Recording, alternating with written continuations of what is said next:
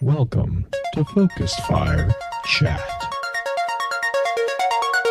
Explore together.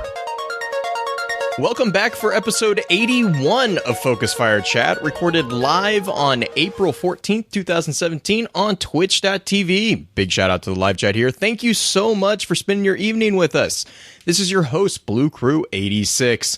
Alongside me, we have the man who has taken upon himself to just kill me with laughter, Justin Sane 0516. Justin, how have the drops been for you this week? The drops this week have been amazing. I've gotten like 3 adept weapons and then some other stuff too. It's been amazing. I got a Zauli's Bane and a Doom of Chiclets. It's been amazing.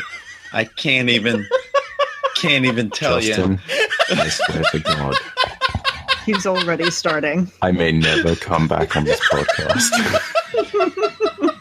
Listen, Byf, I hate to make a liar out of you, but you said that 3-4 times now. I'm just saying. I just Manage want to know. expectation. I now expect a meme from you, Justin, on the Doom of Chiclets. Yeah, well, I feel like I'm shooting chiclets at the boss, but anyways. I mean, last time it was Eris Morn's orb, and we asked what was in the middle of it, and you said it was like Brawl Scat or something. Oh, what? This was before your time, Green. Oh my goodness. And we're not talking you did not miss anything. Get Louis Bop. No, we're talking Brawl Scat. Oh, God. Get it up. Oh, sorry, It's Blue. already off the rails. So sorry. So sorry. You're living I up did to it, not me. you're living up to your intro. Oh man. Mel had a last minute schedule change this week, so she's working while we're here playing. Be sure to let her know that we miss her over on Twitter at The Wind of the Stars, so be sure to give her a big shout out there. And from the depths of the madness-inducing mind maps, we are joined by our favorite Gunter, the one and only green-eyed music lover. Green, hope you're doing well. How's the week gone for you? Pretty good. We've lost a lot of items because of the new puppy. Oh, yeah. Squeak, A squeak. lot of undergarments have ended up being thrown in the trash because they're chew toys, apparently. Or because Byf's singing. Or, yeah, okay, Blue, come on. I make no claim. I just want Green. For starters, Green, you sound like a very classy lady, and it also sounds like you're taken or married, so I'm not going to go down that road. But secondly, also, most important point to note, I'm the kind of guy that is classy enough to take a lady to dinner before I do anything like capable of dropping the pants. This is also why I have no dates, because I am unable to speak to them. Kappa. Aw. So everybody swipe right for Byf. Yeah, I mean, okay, No, I will say... never That- Tinder, please. No, not Tinder. I will say, as a lady who has listened to your videos for quite a long time, that just your voice, though, it's surprising that you haven't been able to get a bunch of dates because you have very smooth, sultry tiger voice. Mm-hmm. Wow, you actually used their phrase. Yeah. Oh, she beat me to it. Well, yeah, I know. Someone was surprised that they forgot all about that hashtag, so we got to fix that. In the guest co-host spotlight tonight, we are joined once again by our favorite sultry tiger and dear friend from across the pond. My name is Byf. Byf, it has truly Thank you so been much for having me on, dude. Yeah, it has truly been too long. Wow. Yeah, and I apologize first and foremost for that because that's totally my fault. I am a stupid jerk on that front.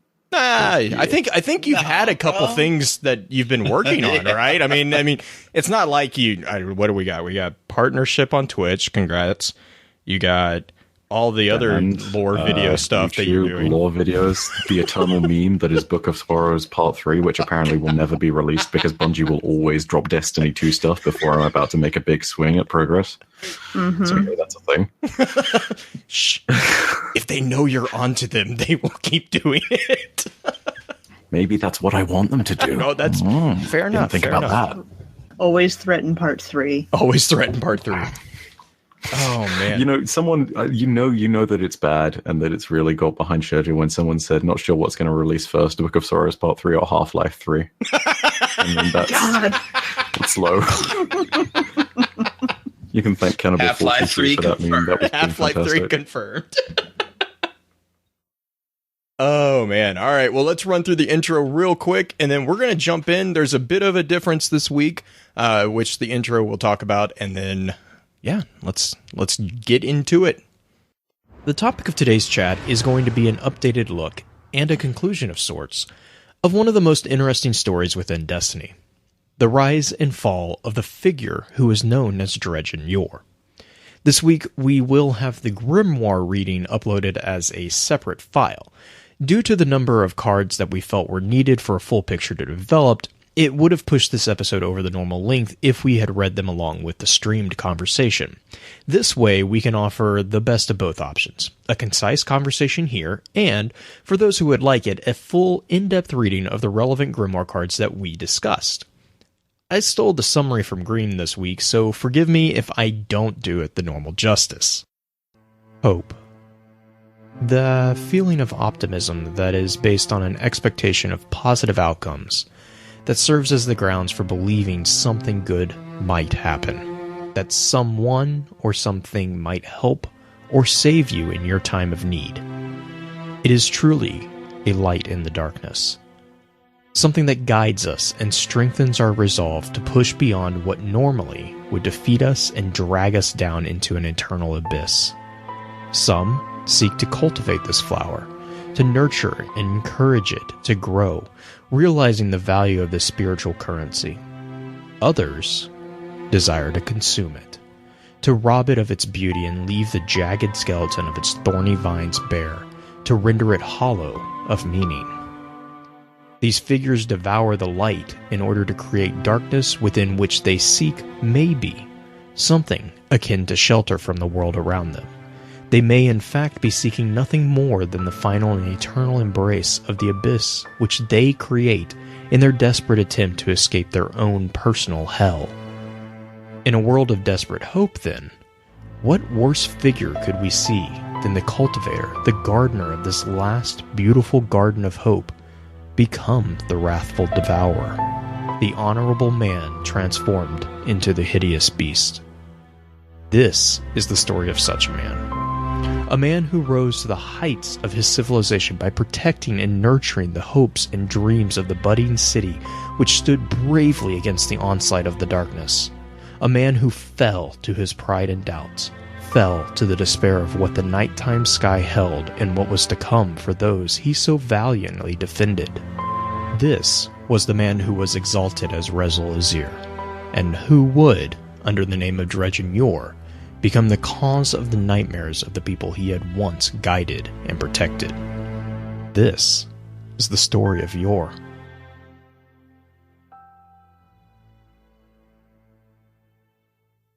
Before we get into that, however, I do have a few housekeeping notes. In our last chat, we looked at the Voidwalkers. If you missed that and have any interest in hearing our thoughts, please be sure to check out www.focusfirechat.com for archives of all previous chats, as well as links to the other aspects of Focus Fire Chat out in the internets. If you don't mind, please give us some feedback on iTunes to let us know how we're doing and to help us continue to grow. As many of you already know, Focus Fire Chat is a cross-community gathering where the intent is to offer a week-long, in-depth view of a particular subject from within the lore of Destiny and other games. This chat begins every Tuesday morning and runs until the following Tuesday, with topics decided by the group via a poll that begins every Friday and ends on the Tuesday morning of the new chat. Every Friday, at around 10 p.m. Central, we get together to stream a recap of the previous week's chat for those who are unable to participate. Please be sure to give us some support to the other podcasts in the Guardian Radio Network, found at theguardiansofdestiny.com. These include Guardian Radio, the official podcast for the Guardians of Destiny, Guardian 1, Ghost and Echoes, which also has the Destiny audio grimoire, and the network's newest edition, a non-Destiny-focused podcast, Paragon Radio. Our next chat will be a look at the updated lore that we have regarding the Awoken and the Fallen, two groups who have continued to grow more closely involved with one another as the story of Destiny has progressed. With that, let's go ahead and dive into the information and thoughts that the community had on the Story of Yor. Yes. Where to begin with the story like, of Yor? I feel like it's going to be a fight. I always feel like this one's going to be a fight. I'm on the defensive. I just like the fact that I took away your thank you, Randy. No. As always, thanks be to Randy for the. You did kind of take that away for this week, but it'll be back. Well, Justin, if it is here this week, you just have to go to the other podcast that's going to be going out, because Randy is all over the place. I can imagine in that podcast. I can imagine. Yes. I took some inspiration from the new Cade card. Oh, yeah, it's like an ugly contest, and everyone was winning. Thorn. Goodness. So, where do we want to start, guys? Oh my gosh, there's so much information. It's so amazing. I was telling the best place to start, I think, is surely at the beginning. I don't know. I mean, I was going to follow Bungie's example and start at the end. I know Bungie's example is start in the middle and then go out in 8 different directions and then all come back and then try to decide where the beginning was and go there, but then realize that was the end and then go back to the beginning of that and then start from there. You know, aside from the bit about the beginning and the end, he's not totally wrong. He's not really wrong. Yeah, it's kind of what's disturbing a little bit here. Oh my gosh! But the real question is, did they meander this way, or did they plan it all along? Oh my god! Well, they had 2 years. I was doing the calculations there. 2 years, 6 months, and 20 days. The story has been dripped. I will say, if completely premeditated, this story is a masterstroke of storytelling. Mm-hmm. So. Do we know if this story actually had multiple writers that would come in and go out? We know that some of the writers left after the original Destiny. I know John Goff was the predominant writer for the Dwindler's Ridge aspect, and then I'm assuming he stayed with it, because I know he also did the Rezel cards. But I mean, I don't know, like, because there's other aspects, not just the grimoire. There's actual, the armor and the ornaments that we've gotten. There's even a couple random weapons that I have kind of theories are connected back into it. And then the artifact, the radioactive cabbage. Yes. Mm-hmm. That Justin just I wasn't going to describe it as radioactive cabbage, but it fits. It does kind of fit. It's like a radioactive kind of does, cabbage, which I suppose is appropriate, but yeah. Well, so should we do a quick rundown of the story of it? Yeah, I was going to say, you want to just do summaries of the cards? It's really weird for us not having actual cards, but I mean, like I said in the intro, we've got cards. We've got cards. Okay, yeah. There's cards, but there's too many. Yeah, there's too many of them. It's 13, an hour long of material. 13 cards, roughly, if you just stick with the very bare bones. Okay. So how about we do this? Do we want to go with Dregden as we knew him in the beginning, and then continue on into the recently learned material? I think for the sake of clarity, it's best to start at the beginning. Yeah, I would agree. So, like, Justin, where I have it on the show notes, I kind of broke the cards out in what I would say is the order, and we kind of spoke about this in chat a little bit, and the order in which we have them recorded on the other episode. I guess it's supplement. It's the audio Grimoire Supplement. The way we have it recorded there is kind of the same thought process as the way that we have it listed in the show notes, and then also talked about it in chat. The only one that I see kind of flipping, depending on how you read it, is the Ghost Fragment Thorn 2 and Thorn 3. Those are really the only ones that I could see maybe flipping back and forth, just depending on when you think he kicked his ghost to the curb. But yeah, I mean, really the general so we have 4 segments. We have the general, kind of what I would call the general introduction to the story, then the rise and fall of Azir, and then the rise of Yor, and then kind of what I've kind of called the legacy of Yor, which is kind of the epilogue, I guess, the continuation of the story now that Yor has been, quote, taken care of. There's still some players left in the game for this whole story arc, which is actually where a lot of my excitement comes from. But yeah, I think let's start with the 3 cards, with the general introduction. I think that would probably be the best, especially the Shadows of Yor card. I think, ironically, even though that's kind of the ending piece, it actually does a really good job of kind of summarizing things. Yeah, it does indeed. And I actually kind of called that out, Justin. I'm going to steal it just for 2 seconds from you. The reason I say that is in the Grimoire card, they actually make a point of talking about the research that they did. And what's interesting is when you break that out, that's actually, it points to every single Grimoire card that we have within the game about Yor. And Green, I know you and I kind of talked about this a little bit as well. But like hang on, let me pull it up. If you look, it definitely outlines where he went, maybe not necessarily when, but in what order, because they followed him from the beginning to the end, and then from the end back to the beginning. Right. And so like they mention Traveler's Shadow, which is Before These Walls card, and then Beneath the Moon, which is Legends and Mystery and the Triumphant Fall. The Forgotten Settlement in the West, I kind of flip-flop on this one, but I think that's with War Without End. And then that's also North Channel and Velar are 2 areas that are mentioned in War Without End. The Breaklands and Durga is Thorn 2, is the Bandits card. And then Dwindler's Ridge is Last Word 4, which is, the famous scene between Shin and Yor. But, I mean, yeah, the Shadows of Yor card really does it's actually almost like an almost breaking fourth wall, kind of showing you this research that they've done as well in game. But the other kind of cool thing about that is that it shows you a perception of Yor or Rezel or whoever you want to call him. It shows you a perception of this figure who has, throughout the entire game and the entire kind of our exposure, like I said, it's been about 2 years and 2.5 years that we've been watching this story develop. Throughout that entire time, Yor has been presented as this negative force, this evil force, 100% evil, no question about it. And then all of a sudden, I think it was, what was it, the April update? Was that when we got the first Shadows? Or was I think so. I think it was, yeah. Or at least it was the Razor Before These Walls. Maybe not April.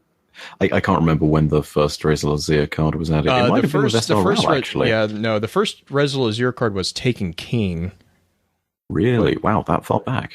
I'm trying to remember when anyways, when we first heard about the Shadows, it was an interesting like splintering point, because all of a sudden you had a group of groupies, really, that are elevating this character, that are not negatively viewing what he did, but actually are almost deifying what he did. And they kind of, point this out in the Shadows of Yor. And then they go as far to say that the fact that he wasn't this black and white monster actually makes that actually gives them encouragement to elevate him. And it actually encourages them to continue their own path to copy him. And they do kind of, there's a lot of narcissism involved in this story. Because where Rezel kind of believed that he was strong enough to do this, they start believing that they are strong enough to succeed where he failed. And then the ending of the card is one of my favorite endings, is, and should we fail, may the light avenge all those we make to suffer.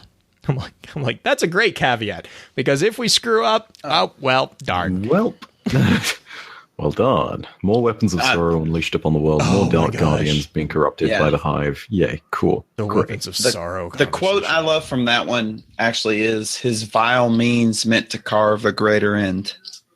Yes, yes. Sword logic. It's.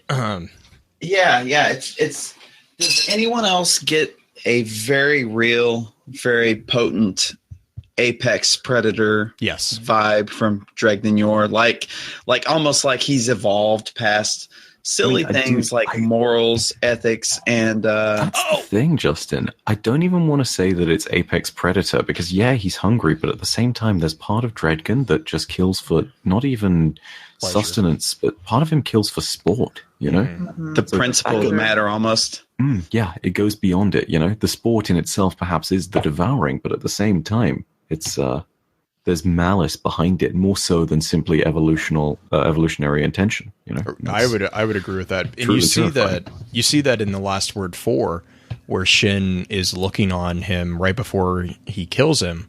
You see him mention that actually. He's like, it's a man that's not burdened by silly things by things such as morality, I think is the quote. I mean that's exactly. But and I have a really weird theory about that too that we'll probably get into a little bit later, because the thing about Yor is that even as Rezel, right? Even Rezel's presentation, he was a very, very powerful figure. Hope is a huge thing in Destiny in general. Hope is, the thing that I would argue sets Destiny apart from pretty much every other dystopian first-person shooter game out there. And it's really a big reason why people, I think, come back to Destiny a lot, is that there's this underlying current of, everything's kind of gone to, hell in a handbasket, but there's hope for something better. And you see this with Rezel, and you see this with Yor. And there's a big play on hope. Rezel views it as currency he views it as something to promote the growth of. He sees it as, I was talking about that with the summary, he is cultivating, he is encouraging this thing to blossom. And then when you shift to Yor, he's no longer cultivating, he's harvesting. He's reaping what he has sowed. And he makes that comment in Thorn 3 when he kicks his ghost away. And that's one of the last comments he makes, is he only wants to give hope to people so that it's the sweeter to reap it. So I think with that whole thing though is, Rezel is there's a chink in his armor that was a perfect suit of armor, and it's ultimately, and Green, I'm going to let you kind of talk here in a second because I know you have something, but I was going to say the chink in his armor is pride, I think, and that's something that's also very, very important, I think, to keep in mind. As it says, pride led him down Sora's road. Mm-hmm. Oh, I love that quote. But not, Green, not to butt in, but yeah. Yeah, no, it's a great quote. Green, what'd you have? I mean, we quite literally see him start to, it's not even when he goes to the moon, you see him start to basically question his own power, his own ability, because he is this beacon that everyone has looked up to for so long. You see it in one of the cards where he has the fire team, and he tells the fire team to go away, and it's the awesome card where he has the big plan, and the ghost, he goes in with the fallen kill him, ghost slips in, Kel holds him up, he smashes the Kel. You see him start to basically disregard everybody else. He has that pride and he starts to question why he would need everybody else in some respects. And that's the way I read it, at least. So we start to see him go down that dark road really early on. I mean, Green, even more supporting quotes from earlier in the card when he's getting rushed by the captain, to the captain, Rezel was a trophy, something that would prove himself to his devil brethren, and something that would keep his crew in check. To Rezel, the captain was already an afterthought, right? Yep. Mm-hmm. He doesn't even care. He knows what his power is, and it's hubris by this point. Mm-hmm. Justin, what'd you have? No, I kind of want to reiterate okay, so hope is one thing. Being a bastion of hope is an almost unbearable burden. If you're talking about being one of the last symbols of hope for a people, it makes me think of the quote from Lord of the Rings, I give hope to man, I leave none for myself. Mm-hmm. I think it's Aragorn, but it's literally, that's a lonely, burdened existence, is being Rezel, being the hope of the city, The captain, or not of the even the ship. city. Exactly. It's a rough existence, and it's not that big a stretch to believe that that existence could wear on a person, and doubt could creep in and slowly kind of pull him in a dark direction. Yeah, it's lonely at the top. No, Justin, no. Yeah. Yeah, no, suppose I it is I haven't experienced Justin. that dynamic, but I'm pretty sure Byf could Justin, tell I us find about I that. find that highly surprising, Justin. I just wanna- What, the loneliness or that being at the top? being at the top, but the loneliness makes some sense. It's lonely in the middle. I can tell you that much.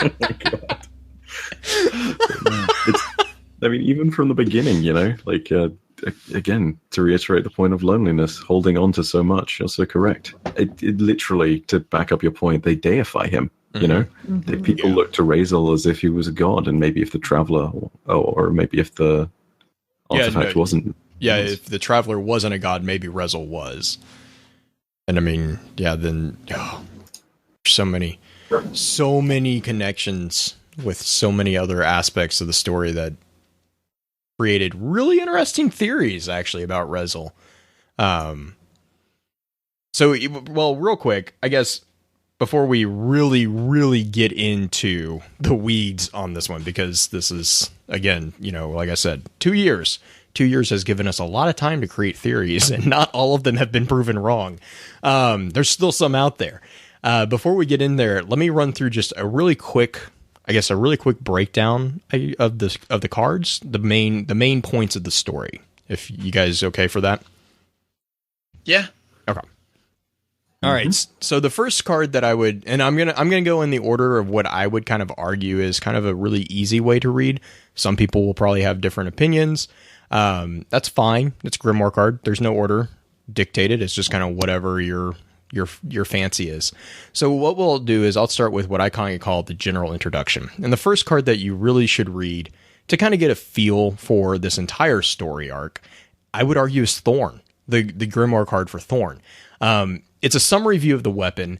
There's an interesting kind of thing about the Book of Sorrow excerpt that they quote there. It's an unknown Book of Sorrow, so that's also a point to, hey, there's other things out there that we don't know.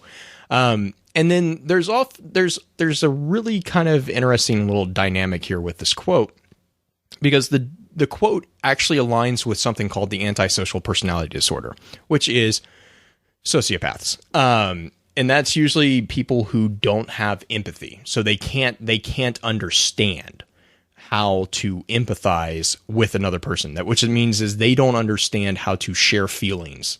To a sociopath, it's literally you see things as pieces of furniture is the easiest way to explain something. So death and killing to a sociopath isn't something to be upset about because they don't have meaning.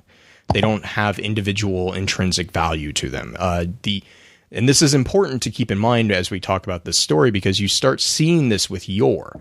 You start seeing him kind of starting to make the argument that the end justifies the means. You also see this with the Shadows of Yor. And that's kind of the next card that I would say we should move to with a general introduction. We kind of already talked about this. The Shadows of Yor, they kind of talk about how this individual sect of Guardians kind of did research on Yor, and they kind of found out this dark secret, and it gives a good summary view from another perspective, which is a really cool thing that Bungie did. Then the next card that I would argue is actually the Ghost Fragment Thorn. Now, the reason why I would say this is a part of the introduction is that it's a really, I don't really, if you read it, it's a summary view of the entire story. It also really points out the importance of hope. That's one of the first things that it does. It also brings up, what we were talking about with pride.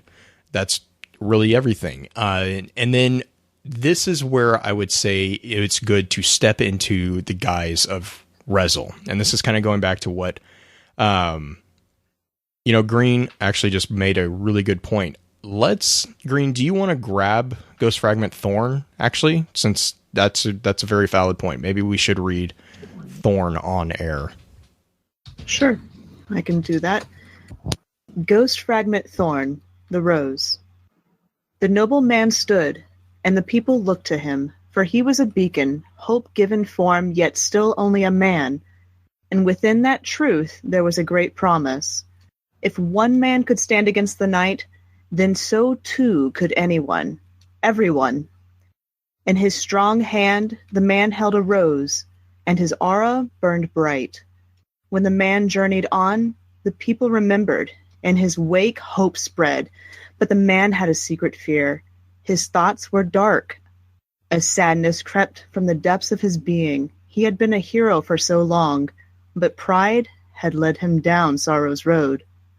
Slowly, the shadow's whisper became a voice, a dark call, offering glories enough to make even the brightest light wander. He knew he was fading, yet he still yearned. On his last day, he sat and watched the sun fall, his final thoughts pure of mind, if not body, held to a fleeting hope. Though they would suffer for the man he would become, the people would remember him as he had been. And so the noble man hid himself beneath a darkness no flesh should touch, and gave up his mortal self to claim a new birthright. Whether this was choice or destiny is a truth known only to fate. In that cool evening air, as dusk was devoured by night, the noble man ceased to exist. In his place another stood. Same meat, same bone, but so very different. The first and only of his family, the sole forebearer and last descendant of the name Yor. In his first moments as a new being, he looked down at his rose and realized for the first time that it held no petals, only the jagged purpose of angry thorns. Love it. So yes, One of the best Grimoire cards, I think. Gosh, And yes. definitely one of the ones I think that we absolutely had to read. It's Oh yeah, well, like you guys said, it is the best summary. oh my god, it's so great. And the fun fact about that card is that is actually one of the first cards that we got. That was released in vanilla. So we've had that card ever since the beginning, and it's driven people mad, literally. Like It's our roadmap. I have for this put whole my story. head into the desk so many times because of that card, and because of Justin. Now that he's back, It's not my fault. It's not my fault. Not my fault. Great card. Fun one to read, too. Oh yeah, it's It's like the betrayal of everything feels so very. It perfectly fits even into just the phrasing of jagged thorns. There's something wonderful about this card in that sense that everything ties together. You know, same meat, same bone. You know, even a line like that, it speaks to the But fact that this is not so very something that has different. been noble, but it's something where it's rough and gritty and something to be feared. You know, it is malice. It's great. It's one thing to be betrayed from another, but another thing completely different to be betrayed by yourself. And I feel like that's what's going on here. Like that's the dynamic in this card is there's a very, very, very slow and drawn out betrayal, and it's internal. Like it's this internal struggle that's in the end actualized and actually physically evident in his hand cannon and isn't in his outward appearance. In the end, it's actually one of the scariest things is that you could be a different person, you know, if you don't watch yourself. Corruption to the one who's been corrupted. Or is it something Exactly. different? Razel quite literally says this is truth at a certain point in Thorn 3. yeah, and Yeah, Thorn 3. when he's arguing with his ghost about the evolution of his self. You also see this with one of the quotes that I pulled from Ikora. One of the, I think it's a quest, is the front lines. And basically this is, you know, you reach level 10. Good job! But the quote is really interesting in regards to Rezel, because she says, your survival against the fallen and hive fills me with hope. Do not grow overconfident. Many a guardian believed nothing could touch them and paid the price because of it. So it's one of those things where it's like, oh, that's nice, Ikora, good job. Oh wait, hang on, like Rezel kind of fits that bill.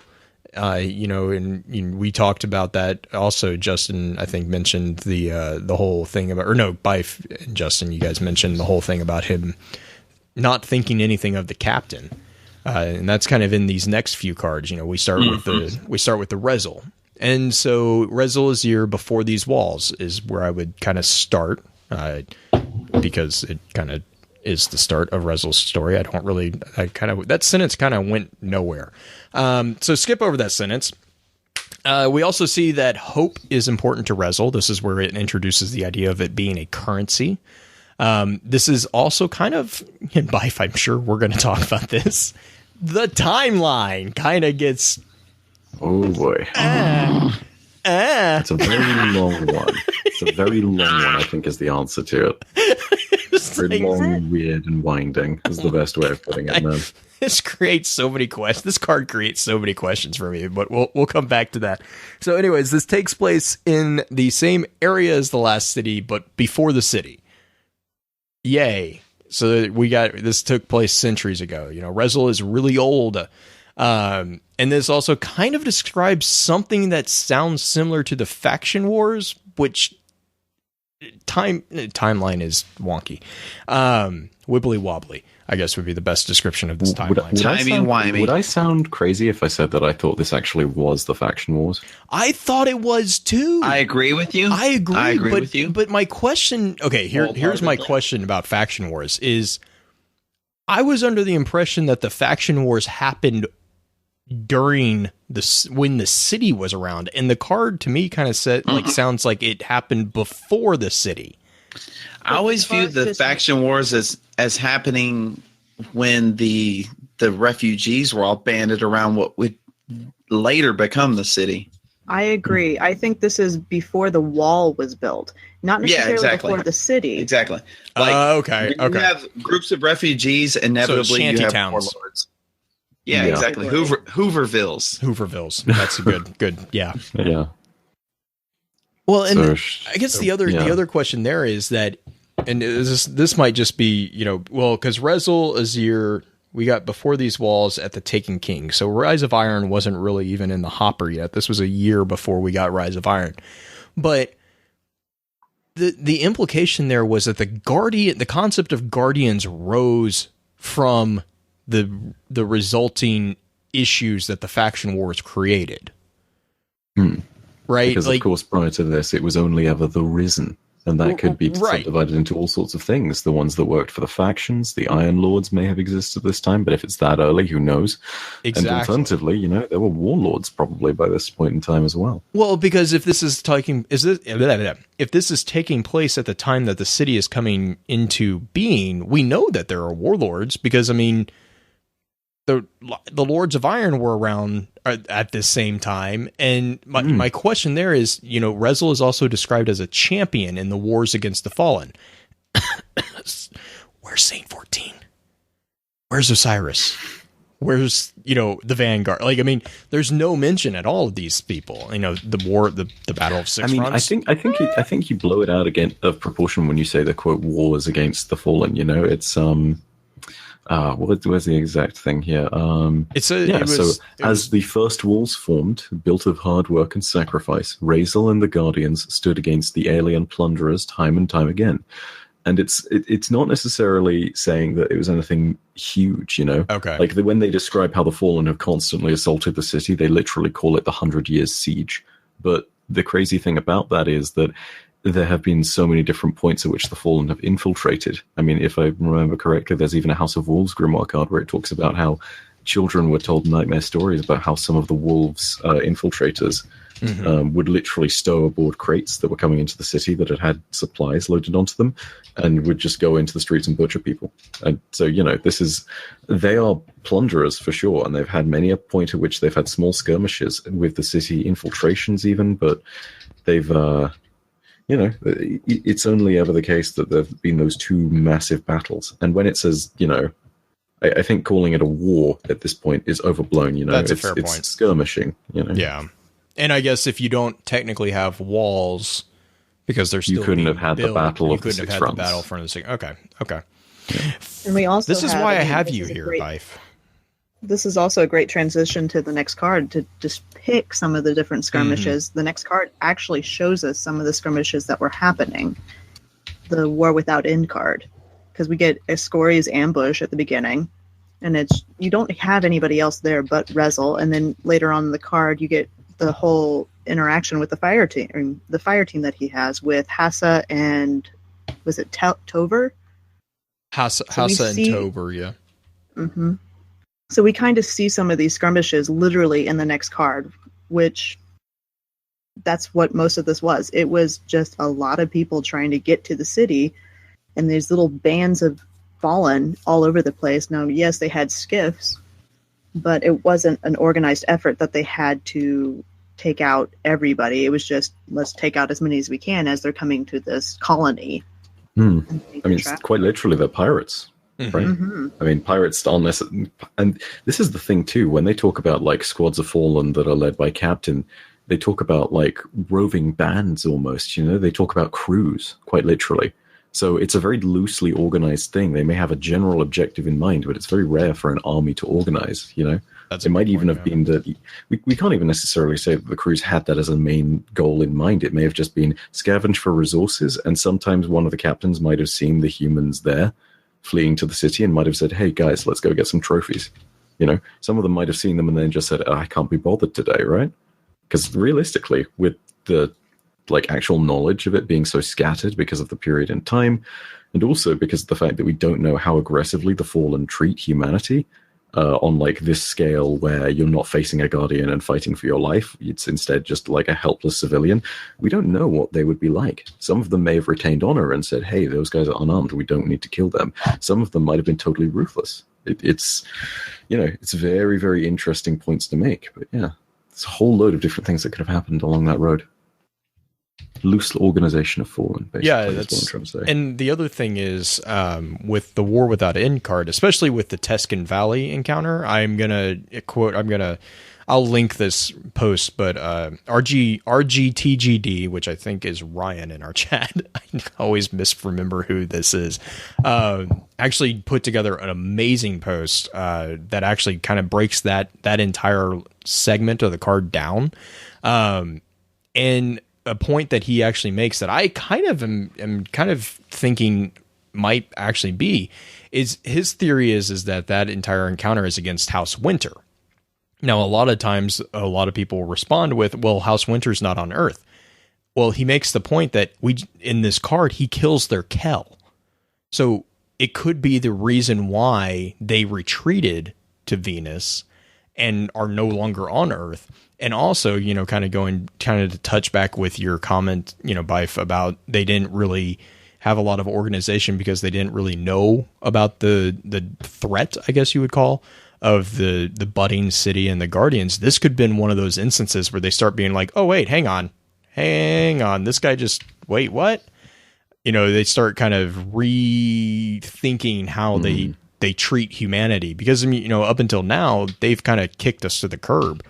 You know, they bombed the... Like, if they'd found a few refugees out in the wild, sure, like, whatever. Right. Butcher them or maybe let them go. If they find not only the city below the Great Machine, or the Traveler as we would know it, but also if you find Guardians and then you're like, hey, that guy just teleported.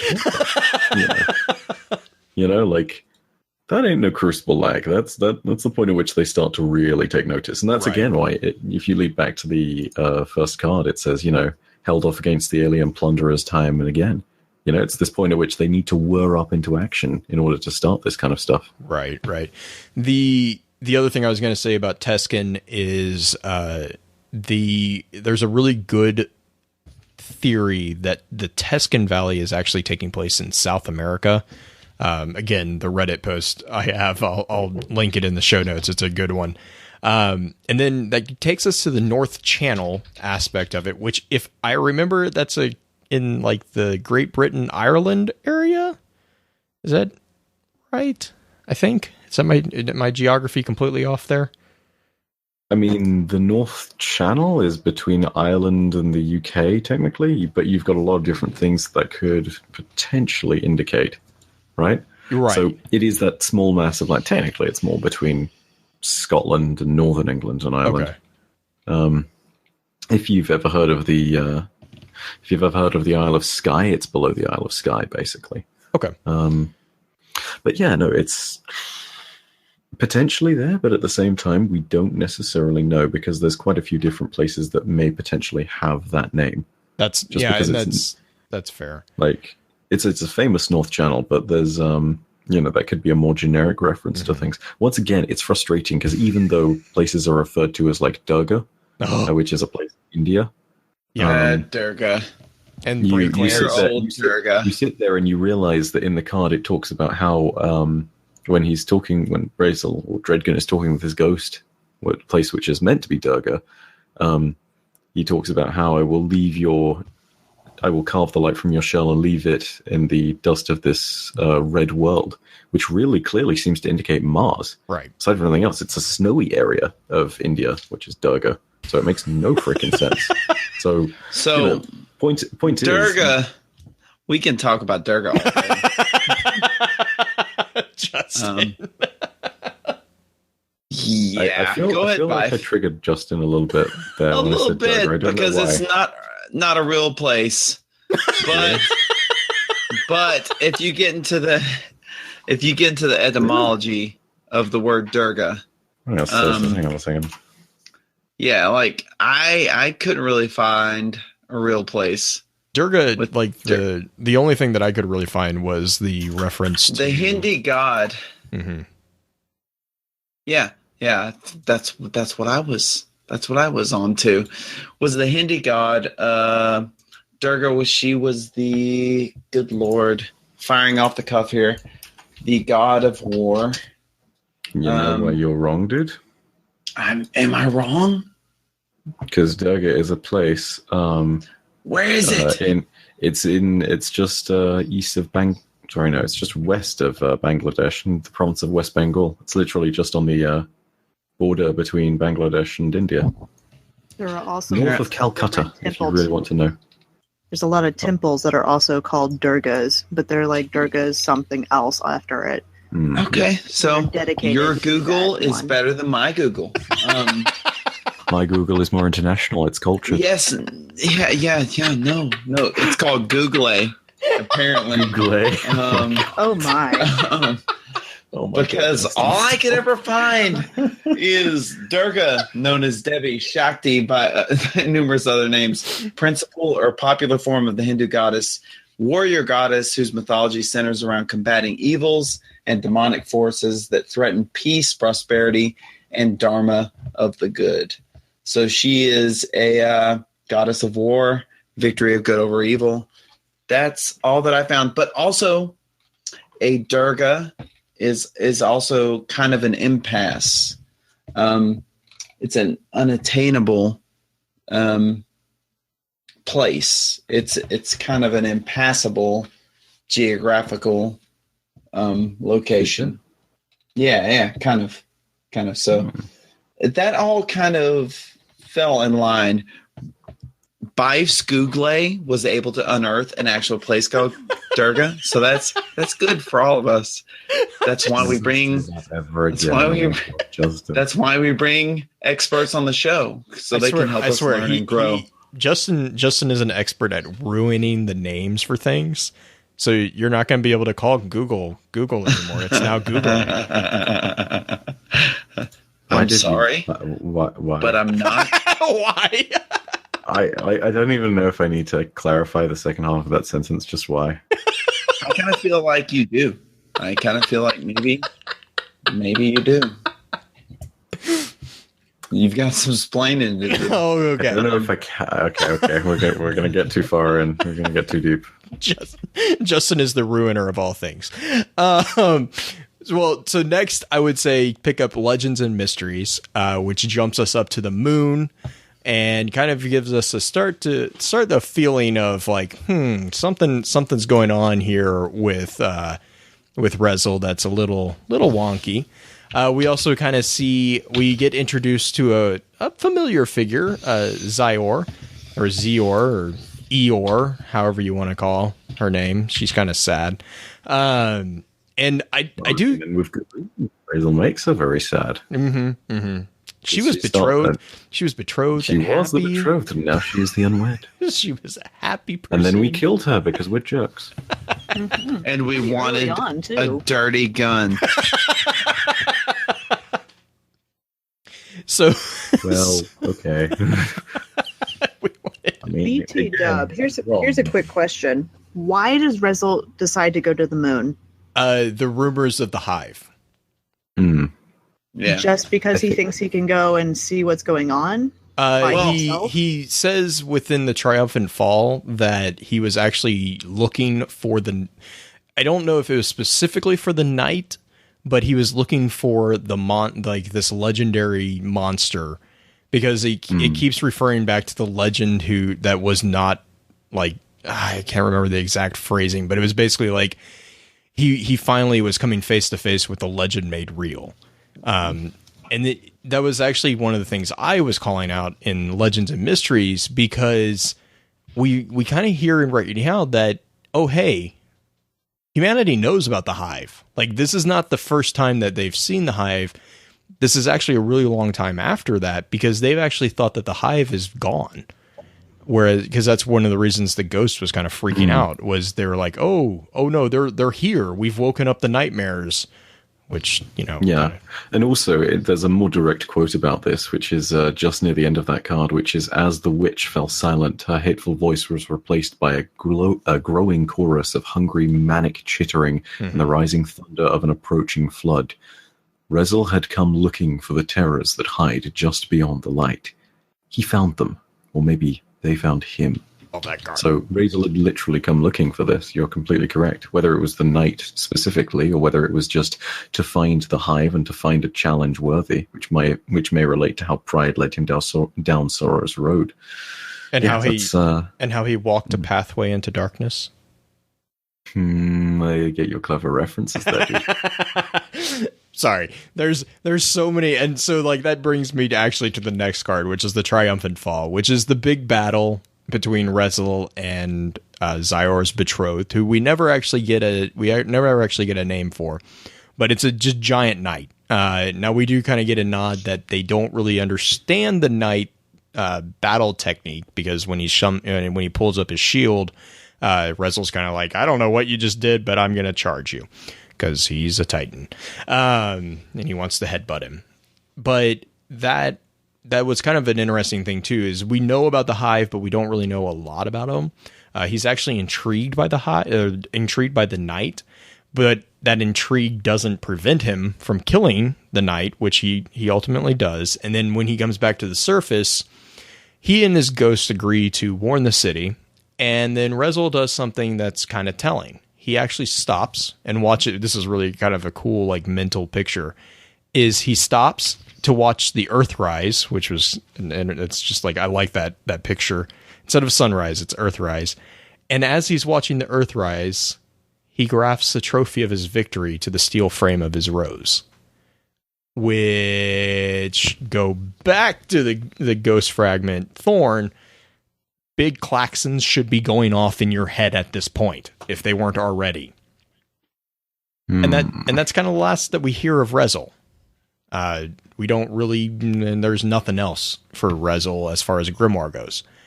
As far as him actually doing the physical grafting, that is a common practice at that time. So it's not like he's doing it out of, I'm going to add something to my weapon. This is literally a trophy that they take. I mean, we saw that with the Iron Lords. They took trophies all the time.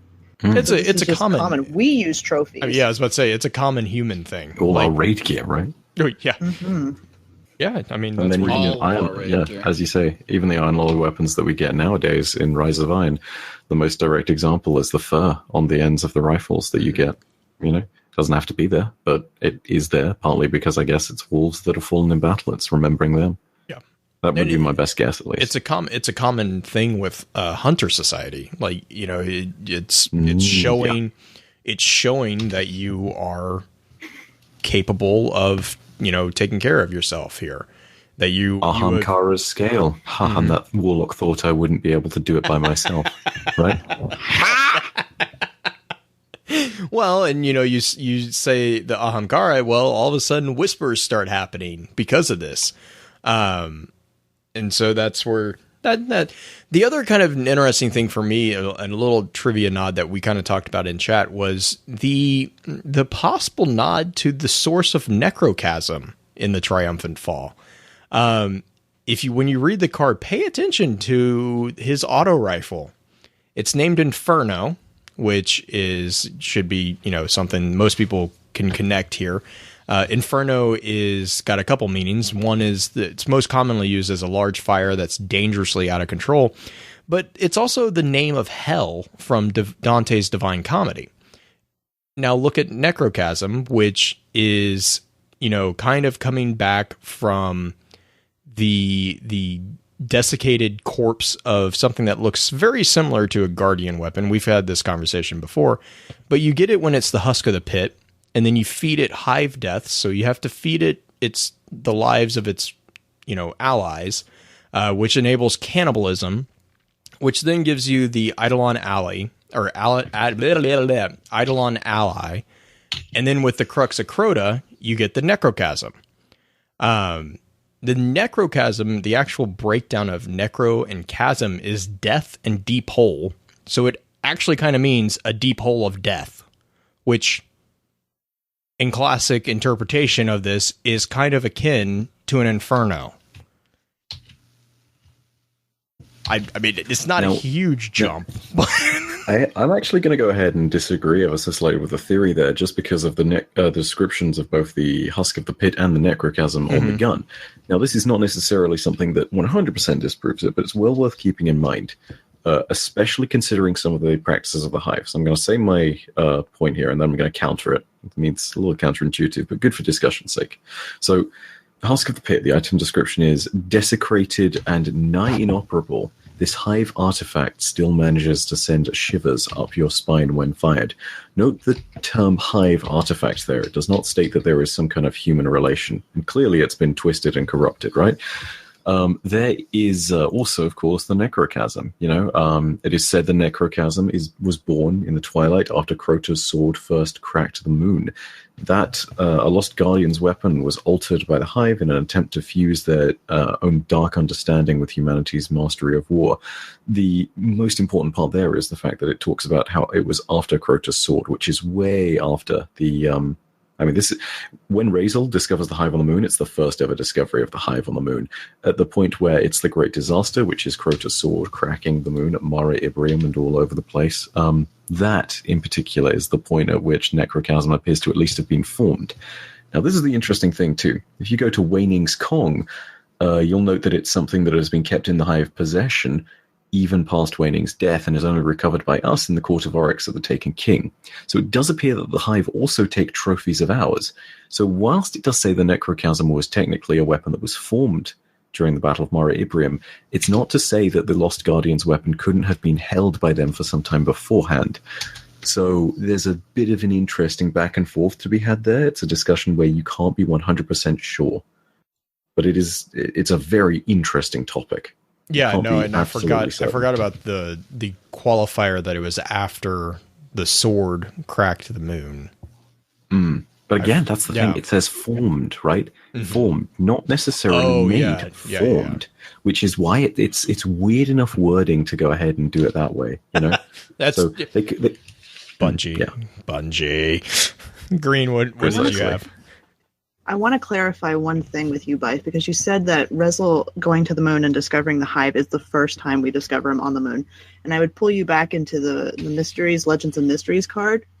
Oh, talks about the skulls have been discarded with little care time ago, decades, maybe longer. So that makes me feel like there had been guardians there at some point, or just the bodies of the explorers had been there who built the lunar. Is this the same one where it's like, I shall name them as they are, the Circle of Bones, the Chamber of Night? Is that that's Ocean of Storms 2. Okay, yeah. That's too. It's an interesting one, partly just because the ghost in this one, when they name the stuff to do with the moon here, the ghost very specifically has a line which indicates ignorance, right? It's quote, the hive was supposed to be gone.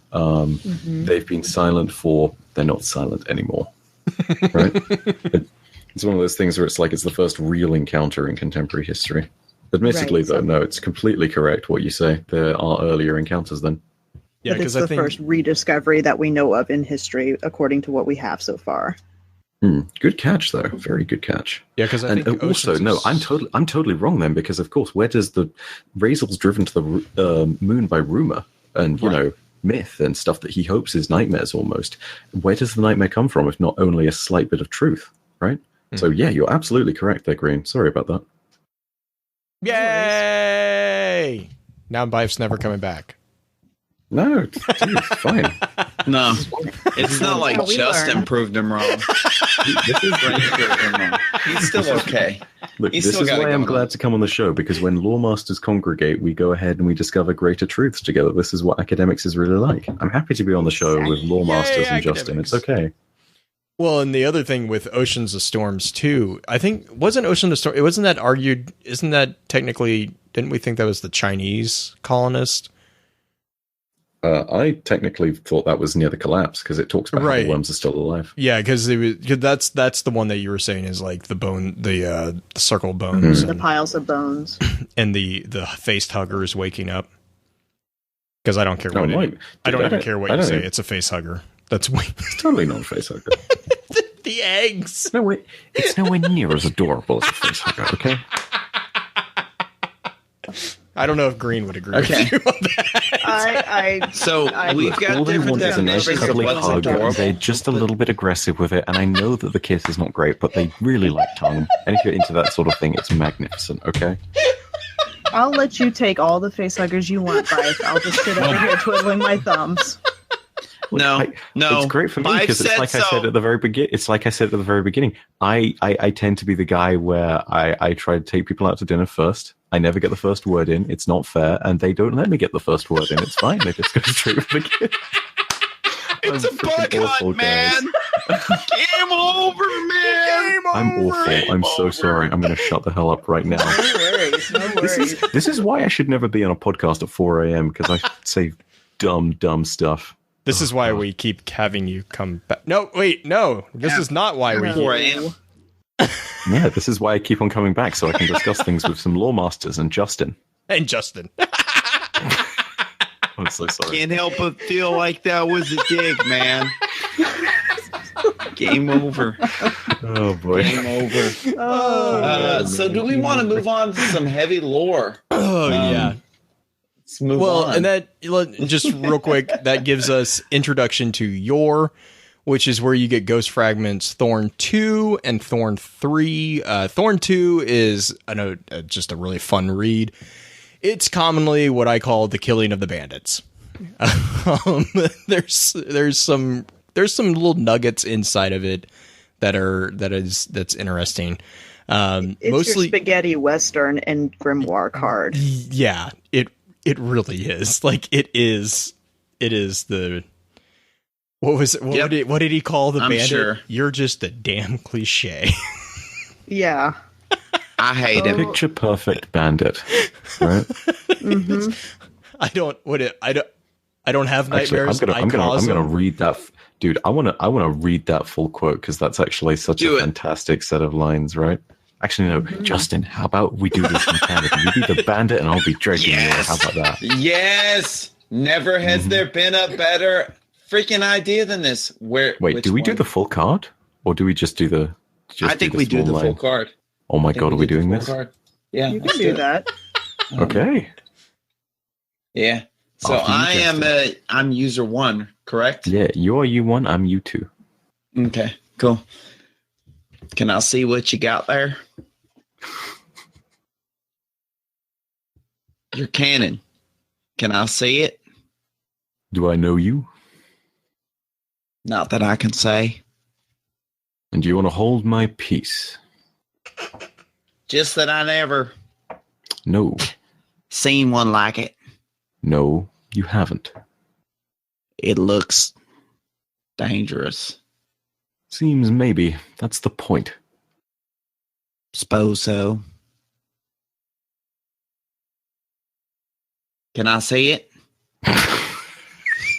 Sorry, you're pausing there. I'm so sorry. Not likely. Get together. Yeah. Not likely. Where'd you find it? You hearing me? Hey, I asked you a question. Didn't find it. Made it. Hey, hell of a touch you got then. You a smith? I look like a smith? Looks can be deceiving. Got that right. There a problem? Doesn't need to be. Glad we got that cleared up. Now, about that piece. Been to Luna. Excuse me? The moon. You been? Nobody's been. That a truth? That's a fact. Funny that you'd make the distinction. Truth is, you must think you're some kind of something special. With that attitude, the way you're just dismissing us like we're nothing. Like we ain't even here.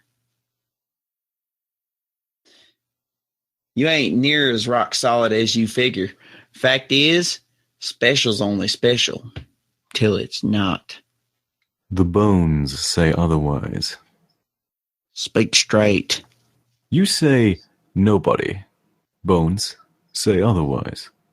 What bones? All of them. What are you getting at? Too many to count. You trying to get a rile at us?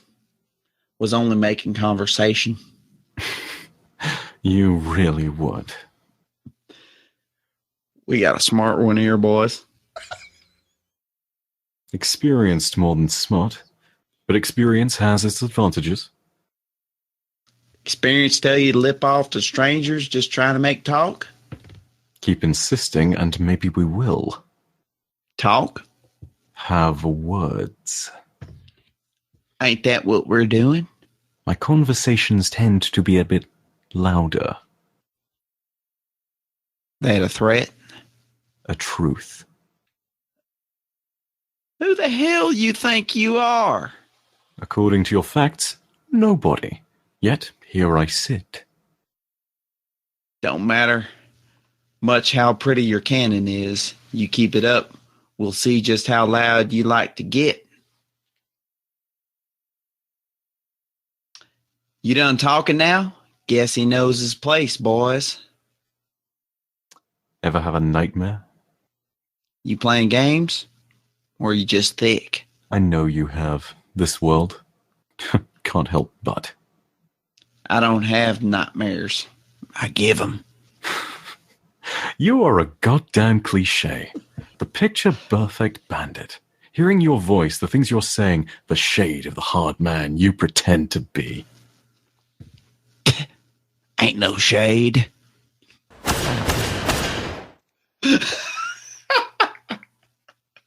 Sit down. Ouch. Sit down.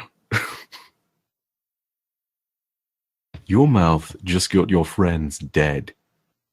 This is what happens when you bore me. And right now, I'm so very bored. No. Listen.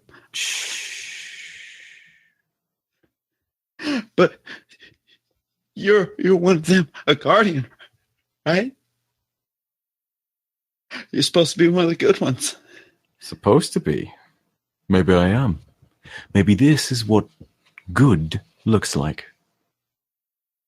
Any more? Who can tell? You wanted to see my prize. No. Look at it. Whimpering won't stop what comes next. Look. Look at it. Open your eyes. Not many get such a clean view. The bone, you see it? Jagged, like thorns. I used to think of it as a rose, focusing on its bloom. But the bloom is just a byproduct of its anger. You have nightmares? Ever seen a nightmare? Ever opened your eyes and realized the horror wasn't a dream, the terror wasn't gone? I've seen nightmares. They live in the shadows. They've been watching. I thought, it's foolish, I know, but I thought I saw a way. That maybe we could win. Maybe we could survive. But once you step into those shadows, it's so very hard to walk in the light. Or maybe I just wasn't strong enough. Maybe. But I feel strong now. I stole the dark. Or maybe it stole me. Either way, here we are. And I'm hungry. It's hungry. You have no light beyond the spark of your pathetic life. But a spark is something.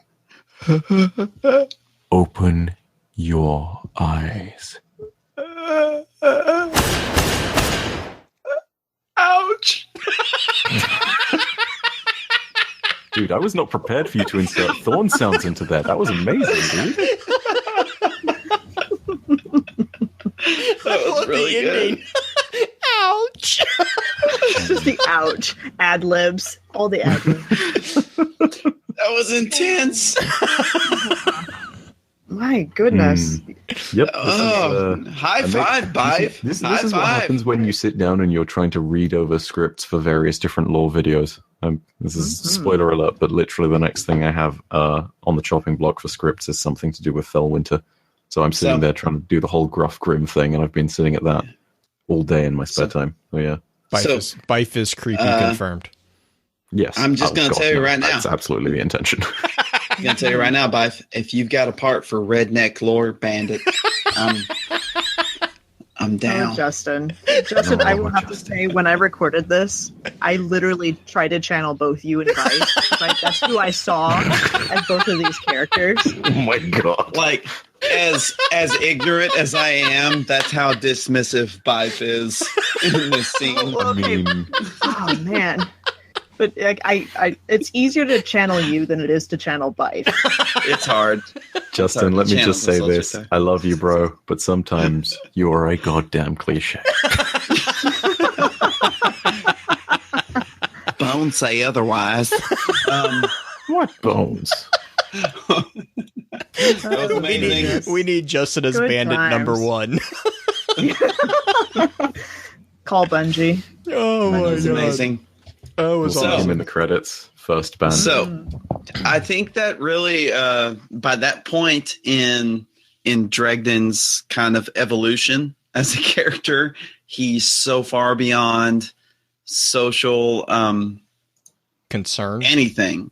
Yeah, he's literally a sociopath at this point. Oh yeah. yeah, you know. he is a perfect sociopath. Like Which is- Well, actually, okay, the slight technical definitions thing, right? Sociopath may be earlier down the line, but at this point, he's a plain psychopath. Because sociopath Yeah. and psychopath, the way to define the difference is that one, both of them, right? That both of them have no sense of empathy. Right. The only difference is that one, the sociopath understands societal laws and acts around them sometimes where it suits them. The psychopath just straight up doesn't understand and will do Or whatever. it just doesn't care.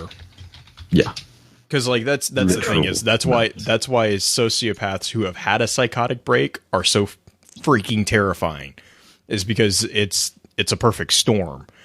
Because you have a person who has no capacity of empathy, who now also just doesn't care about pretending that they have the capacity to empathy. Because I mean that's the thing is like sociopaths and a high I guess you call it a high functioning sociopath. It's not really. But like It's not the same. It's not that term is usually associated with other elements of mental situations. But like, I mean, for lack of a better term, a high functioning sociopath is someone who can blend in, someone who can, kind of trick people. And that's what a lot of socially conforming sociopath. Well, and a lot of them view it as a game. They view it as how long can they trick people around them into thinking that they're quote unquote normal. There's a lot of really interesting articles about exactly what a sociopath is actually capable of in actuality. What are they emotionally capable of? Because by definition, a sociopath is unable to is unable to attach to anything. Like literally, they cannot attach to anything. They don't have that capacity. And don't get me started on how bad Dexter is. I can't stand that show because he's not a sociopath. he's not a sociopath, but So Not perfect I would. one. well, but that's the thing is like you're either like as far as sociopathy goes, the anti-personality disorder, you're either completely or you're not. Like there's no gray, because it's a component of your inability to connect with the outside world other than yourself. There's no way to have gradients of that, like, because if you can connect to the outside world, then you are not. If you can't, then there is no. Does that make sense? Like it's one of the few ones it's usually like 100%. And the question isn't are you or are you not? It's how are you functioning within the general population? Are you playing the game of being a normal person, or are you actually out there? And usually that's classified whether or not you've had a psychotic break, which is where your understanding of reality is skewed. And that's where, going back to what you guys are talking about with Yor, that's kind of also where my argument for which order to read Thorn 3 or Thorn 2 kind of comes in, because there's a part of me who thinks that Thorn 3 might have happened before Thorn 2, just because the way that he acts in Thorn 2 and the way that even in the single Grimoire card of Thorn 3, which is the dismissal of his ghost, he starts off as kind of like, he's still Yor, he's still kind of that darkness, but by the end of the card, he is like making a point to be as monstrous as he could. Like that's where you get the quote about him, only wanting to create hope because it makes the screams that much sweeter. And and then you kind of come up into Thorn 2 where you kind of where you see him, what you guys just blew out of the park there. That ending where he's torturing them. He's torturing that bandit. He's giving him that kernel of hope that he's not going to kill him, just to kind of reap a little bit more terror out of the way. And he makes the comment too. So, dude, I have to say this, right? Like, throughout all the cards that I read, there's always this feeling that it's this constant struggle of Jekyll and Hyde. Yes. Right? But the most amazing thing about it is I think that assuming that we're talking about Dredgen Yor and Razor Azir here, Dredgen Yor lets a little bit of Razor Azir surface from time to time. Yes. Just to feed hope, right? So it's that line where he says, or maybe I just wasn't strong enough. Mm-hmm. And it's, maybe. And then by the time it gets back a second later, Yor has, relinquished any control. No, sorry. Mm-hmm. Yeah. My gosh. He has taken back any power. And then he says, but I feel strong now. It's like, oh guys, this is like personality. life. It's so funny because that's a conversation I had with Green about this. It's like, it's a psychological, Jekyll and Hyde is an amazing psychological conversation in and of itself, but Yor's display of that kind of concept is, yes, I can't agree more. And it's not that there's even better demonstrations of it too, right? Well, Last Word 4. Last Word 4, Thorn 3, just near the end. Thorn 4. Talk about sociopath, like somebody who's a sociopath. What if he's playing the game at this point? What if he's going completely? We talk psychopath also, but he could. We had the Jekyll and Hyde where he's in control and not in control in some respects, and the other side of him, the dark side of him, is in control. What if it's always Yor just trying to wear Razel's skin every once in a while, right? Mm-hmm. Possible. Yeah, I get the feeling he's always in control. Oh, but yeah. I kind of attribute the feeling of Rezel actually having Yor within him before he ever got Thorn. Well, and that goes back to the Jekyll Hyde conversation, because you could say the same thing about Hyde. Is those two coexisted. It was just the external catalyst that created the giant schism. Going to the psychological aspect with like dissociative identity disorder, you have that a lot. And the cool thing about that connection is like usually the catalyst there is a source of severe trauma, because it's basically, the entire catalyst is your brain is trying to protect itself. Like your mental component is trying to keep that pure thing together. And so what it does is it forms a separate identity and splits the personality into a character within your brain that actually holds all those memories to lock it away from the active memory. And then what happens is it's this is where you kind of start delving into like the unconscious and the subconscious and stuff like that. But that's eventually that aspect, it really wants to be paid attention to. And that's when you get into the theories of like, the Jungian psychology and Freudian psychology of like the unconscious starting to act up, is because you're avoiding the trauma. But the trauma happened. Dude, it's literally, it's kind of a dynamic of how it's worked. There's two different studies into this that work in tandem, and it's all about the different functionalities of a mind, right? Yes. So some people, what they'll do is exactly this, right? Like they'll try and bury it, but ultimately it bubbles back up to the top. And what other people do is it's called folding the trauma, where instead of letting it bubble up, they try and process it and try and put reason to it, and therefore internalize it and make some sense or peace with it, even if that piece is a lie. Yeah. So it goes down to two very different kinds of human being at that point. Just really interesting. And like the crazy thing about that too is you can talk about folding trauma as a massive societal kind of thing. Oh yeah, I remember. And relate it back to the city, right? So in particular, it's a bit of a grim topic, but this gets mentioned a lot when it comes to 9/11 and how America as a country processed that, And it's a very interesting discussion to have, because you can relate some of that to the collapse in the city. And then you can take the opposite approach, which you're talking about with Yor, and say that he's kind of seen the reality of things, and that, the terrible things have bubbled up to the top and they demand to be addressed. Yeah, because I remember chatting with you about the folding a while back about that, because you're right. It's possible on a sociological level, within a large culture, especially if everyone agrees. You get that, with the ignoring of, the famous ignoring of the women being, raped in public, with which is a huge inspiration for the movie Boondock Saints.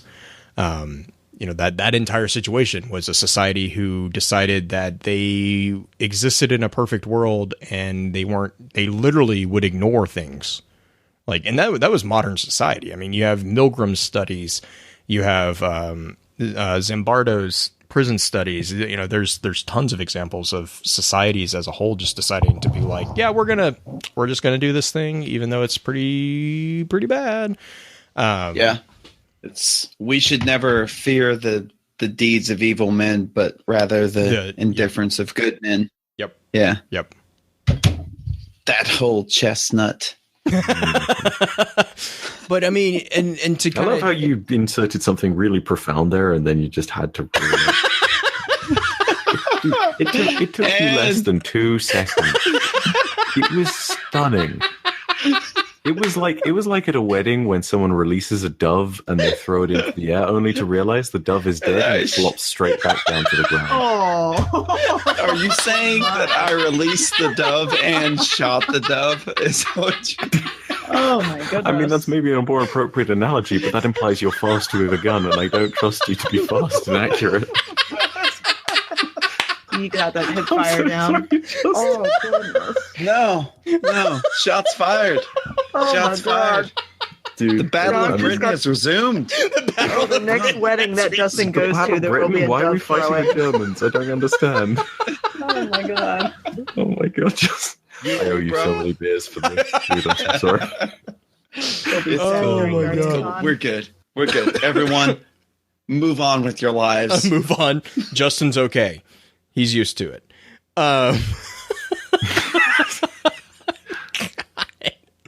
Oh my god. So Thorn 3 is the dismissal of his ghost. Amazing. Again, some really cool kernels in here. And then that brings us to Thorn 4, which I'm just going to run through the last of these real quick. Thorn 4 is the conversation between another ghost and Yor.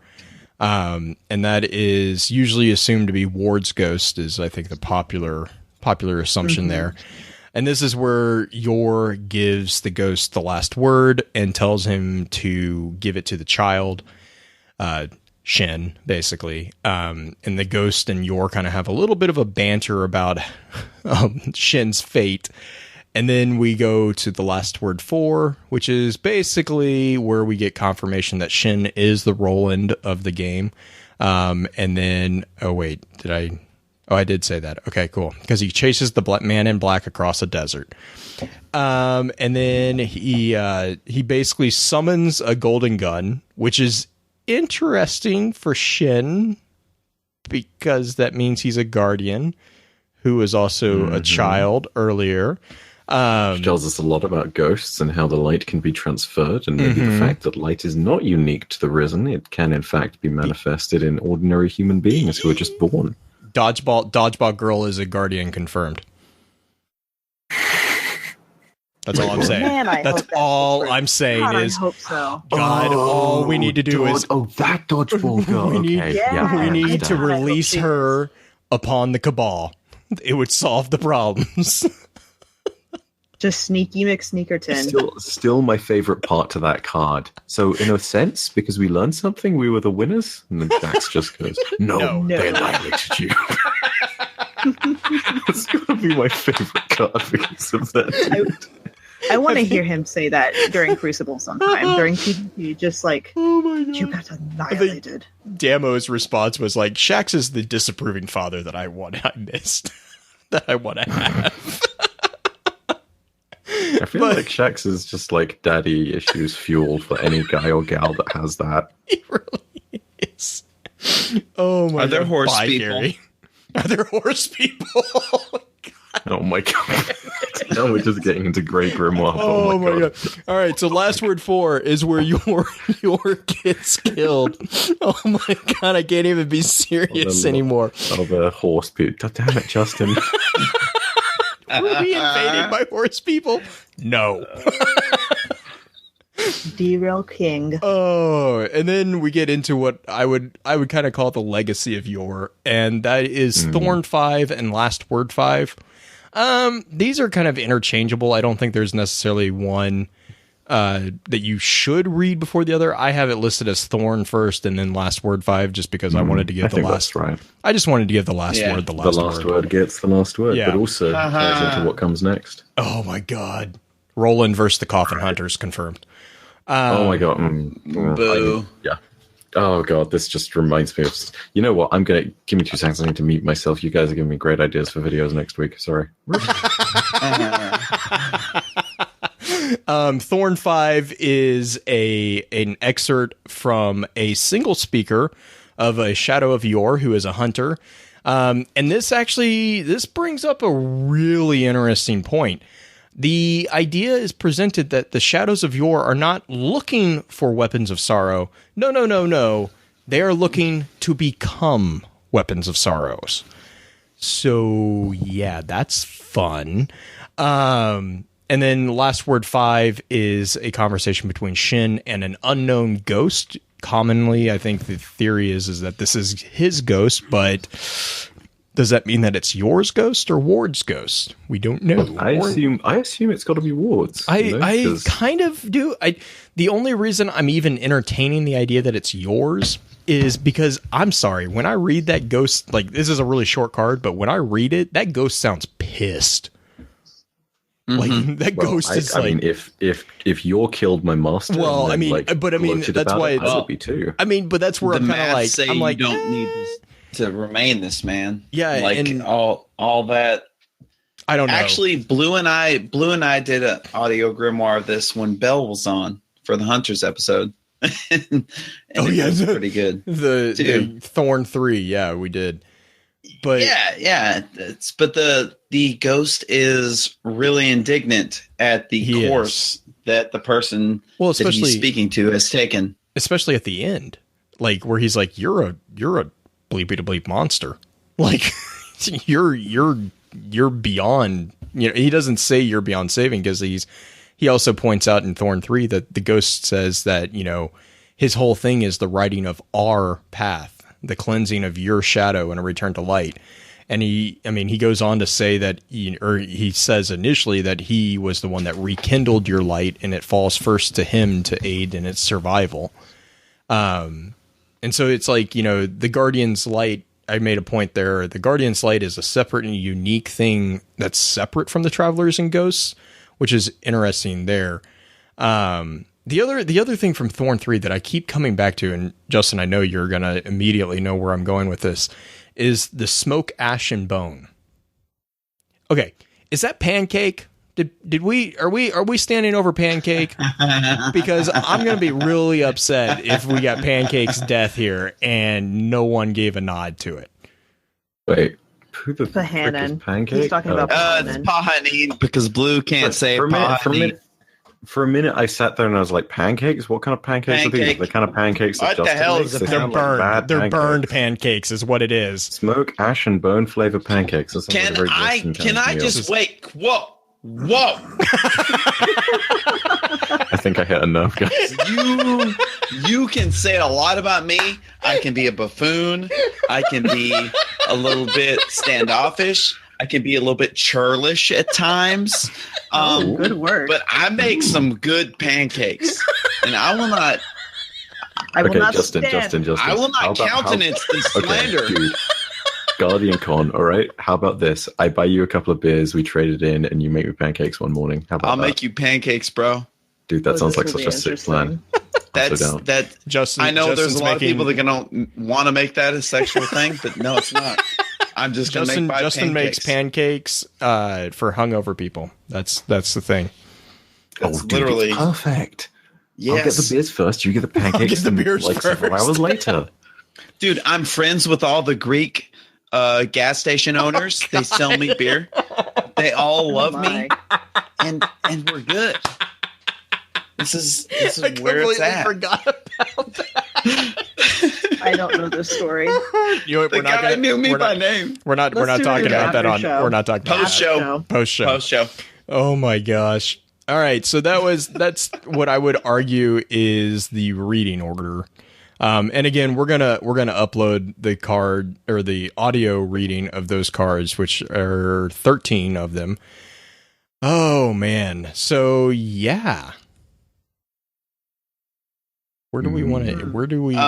Did we? What do we? So If I might, I want to go ahead and take this to where it could potentially go in Destiny 2, do it. right? Yay. So there's a really significant thing. This is what I think I'm going to go ahead and make a video on next week if I can. Long story short, it keeps on talking in the blurb of Destiny 2 about how our quest is to unite the scattered heroes of Earth. I have a feeling that if they're really going deep on this, not only are we going to find characters like Saint 14, etc., but I think we're also going to go ahead and see a quest series where we have to recover Shin Malphur, and in that we're going to have to face up against the Shadows of Yor. Oh my god, I'd be so happy. And you know what I want? I actually really want a moral choice here that we can make in the campaign. Oh, Right? I want 3 moral choices. I want one in the middle where you can make them both work together. I want one where you side with with the Shadows of Yor, and I want one where you side with Shin Malphur. can I also choose to be a walking cliche? Justin, you couldn't choose if you tried.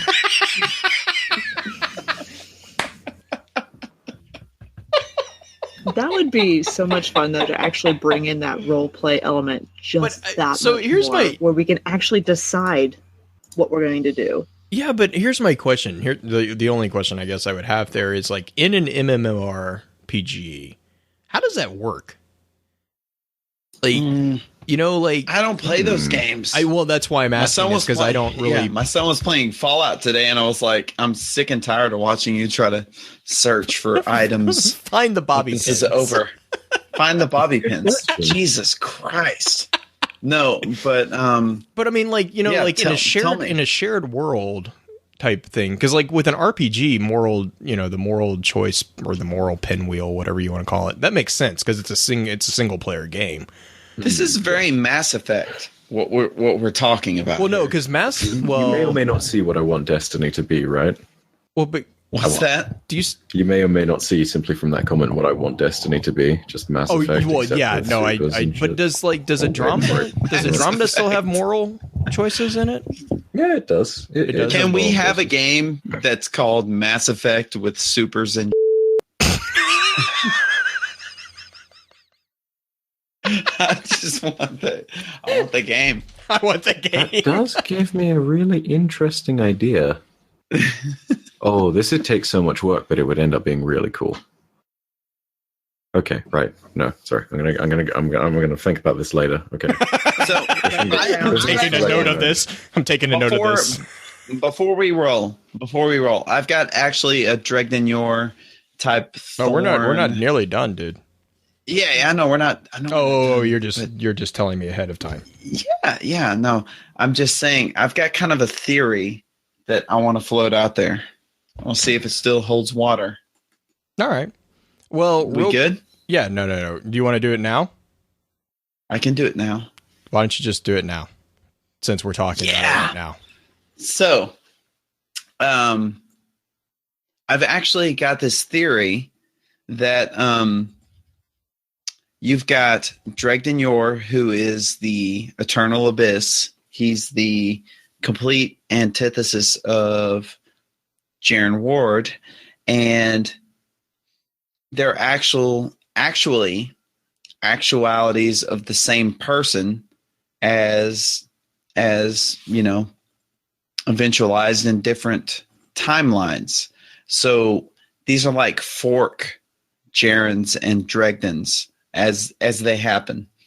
And Jaren is a being of pure light, whereas Dregden is a being of pure darkness. He's the eternal abyss. And they're both kind of fighting over, and I've said this before on the show, they're both kind of fighting over Shin, who is kind of one of the fork Jaren proteges somewhat. And as it kind of goes along, they're both searching for this being of pure light that's going to, he's a mathematical certainty that he'll eventually pop up. And they're both kind of battling for his soul. And I kind of view Dregden getting shot to death by Shin not as a victory for Shin, but actually as a victory for Dregden, because he actually, in that last gasp of him getting murdered by Shin, actually he wins. Does that make any sense? This is a very jumbled thing in my head. I'm still working it out. What? So basically, I'm a walking cliche. And there's all I one read thing is- you said that I will agree with. The What's idea that? that there's one thing that you said that I'll agree with. The fact that when Yor's killed, Yor wanted to be killed at that point, because you see that in the card where the ghost was just like, you want the darkness, you want the anger to fester. It's literally the Star Wars cliche going into this. You want him to go to the dark side. He's making the next Yor. And that's there's my kind of no way. Yeah, there's no way for Dregden to lose that fight. Nah, I don't know. If I may It's- say it's so, out I there. just saw Green's comment in our show chat saying fork Jaren, fork Shin. I'm having very inappropriate images in my head.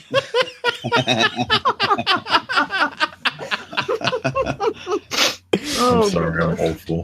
That's okay. Your podcast at 6 a.m. Oh my god. I love it. What is wrong with me? It's 11:59, and I just threw Byf my fastball at 11:59. It's okay. Oh, It's good. It's a good idea though. Like that. I do. I remember us talking about that. Because it's the conversation of the balance within Shin. Which wolf is he going to feed? The one of light or the one of dark? Mm. Well, it would make a lot of sense as far as like Dregden's redacted name. If that person had actually been exterminated, and that's why he was redacted. I think he was redacted though because they didn't want anybody following his path. Yeah, it's probably that. Womp womp. It's probably that. But I like time travel. If I can work time travel into something, This is I'm gonna so do it. true. Like I often think if I could time travel back to a time when Byf respected me, like I think that would be a worthwhile endeavor. Like Justin, take solace in the fact that you won't have to do that because that time has never existed. Wow. I'm Can I get sorry, the you left thorns? Can I get the thorn shot? I need the thorn shot. Uh-huh. Thorn shot. No, you need a shotgun for that one. That wasn't even Thor my right there. Justin, let's put it this way. I owe you multiple beers now. Here, I need a many Hawk beers. Moon Here you go. scream. This is Oh, what just no. happened to Justin. Oh, damage over time. So yeah, so what the other thing that I really kind of wanted Byf to hear your thoughts on is the idea of Shin as a guardian. Oh yes. So expand on that particularly though. Just the fact that his ghost, well, Jaren's ghost rather, comes along and basically empowers him by the looks of things, Mhm. right? Yeah, and so are you on board with the idea that Shin was a living person and then got imbued? Yes. So take a look back to Thorn 2, right? And we get a perfect example where with Justin's character and my character in that one. You know, with the bandit and with your light is nothing more than a mere spark, but a spark is something. It implies that normal human beings have light, which means, of course, that it's quantifiable. You know, maybe not easily because what you measure light in is a metric, but you know, you can sit there and say some human beings and some exo and awoken have a greater capacity for the light than others. I mean, take a look at the point where the Awoken are quite literally made of both light and dark, and Petra, in various points, can literally be seen levitating her knife. You know, it's very interesting. By that same token, it could simply be the fact that part of the reason why Jaren stuck around was because he saw potential in Shin. He singles him out constantly, and Shin mocks on this in the Last Word 3 card. With that in mind, you sit down and then it only makes some sense that the ghost, after scanning him at the end of the Last Word 3 card, is able to start to cultivate that light. So that's kind of my theory on all of this stuff. Sitting down and realizing potentially that ghosts are conduits for the traveler's light, and whilst they have an assigned guardian, if they choose to do so, they can move on and find another one. Right?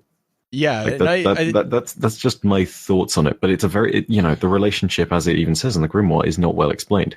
Right. And I know, like, the argument, I agree completely with your idea, the idea that all living things have light. It ties into another really convoluted theory of my own about the metaphysics of guardianship.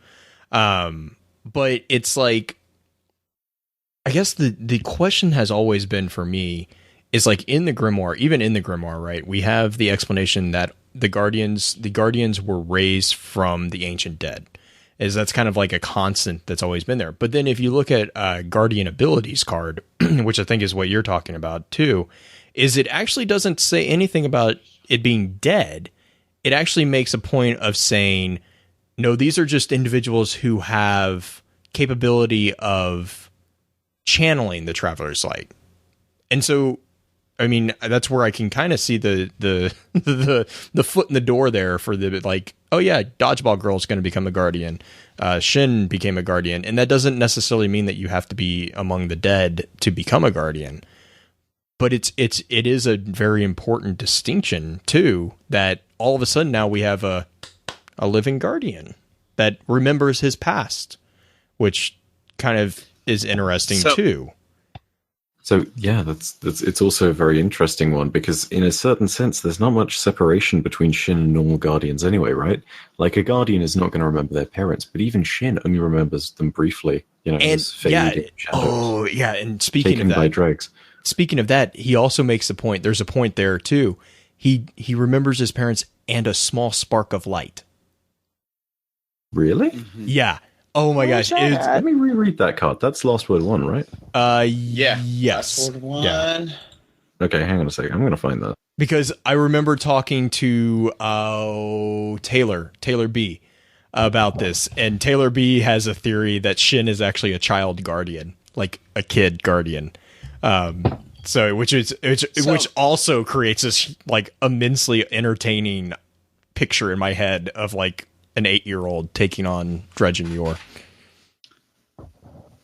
So Shin to me is a being who's born with a propensity for channeling the light that is undeniable. Now, the time that he's born isn't really conducive to him being in the first wave of Guardians, but that doesn't mean he's going to be precluded from this. Eventually, he's going to end up wielding the light. No matter what you do, he's like the chosen one. He has a lot of midi-chlorians. Yeah, no, but those are bogus. I love it. So. Yeah, no. You're supposed to bring balance to the city, not leave it in darkness. You were the chosen one. I love you, Gary.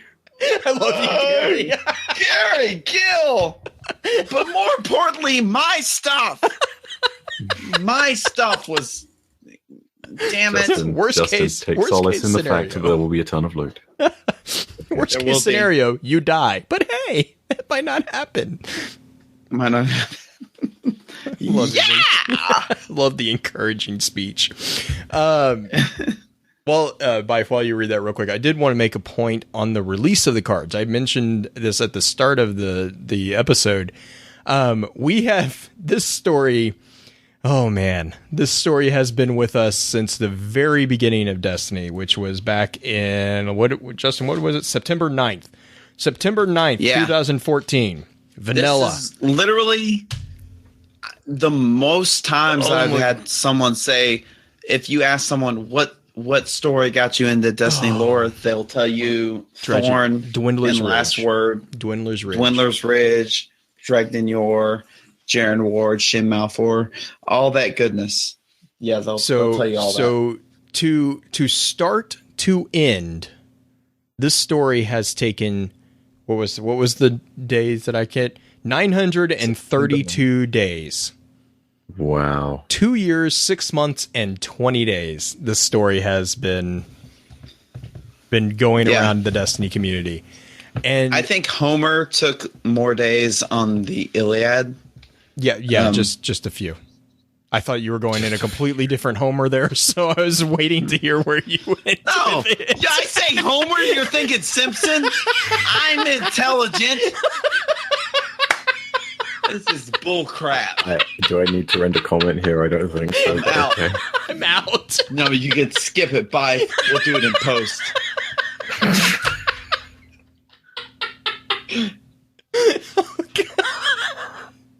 So, Very upsetting. Well I played. think that's a sound clip for later, Blue.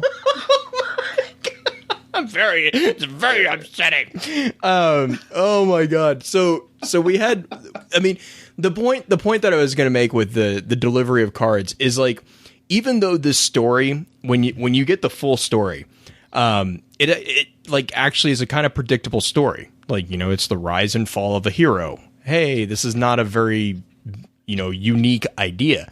It's basically the hero's journey, which we've talked about as well. But the intriguing and the beautiful thing about this is the delivery of the story points. It makes this one of the most unique presentations of this age-old model. Like, this is something that can only be done in a video game, I would argue. Like, you couldn't do this in a book. Like, I don't think. I mean, I guess you could, but you'd have to like really work at, you know, not connecting things. I mean, the video game medium has allowed this very, very unique presentation and very poetic presentation of a age-old trope to be done here. And, you know, Hurt Chain, and we have talked about this quite a bit, The way that the pieces of the story were presented, we started off, Justin, you were kind of making fun of this at the beginning. We started off in the middle, and then we kind of got a piece at the beginning and then a piece at the end. And then we got a piece kind of near the beginning. And then we got a couple more pieces near the end. And then all of a sudden, we got the last linchpin piece was released with the Age of Triumph. And that was it. And then all of a sudden, all the pieces for this one story, there's other stories that, for every conclusion, there is another sequel. And this story and its conclusion created, quite a bit of a sequel. But the presentation, and, I'll be saying this in our shout outs, because the story team at Destiny for this particular story, John Goff and everyone who helps put this particular story together, I think blew it out of the water with the presentation. The presentation made this so unique. Yeah. I don't know where I'm going with that one next. It's okay. What I find most interesting about this story, oh gosh, you're going to cry because the story's quote unquote. Who cares? It's amazing. It's amazing.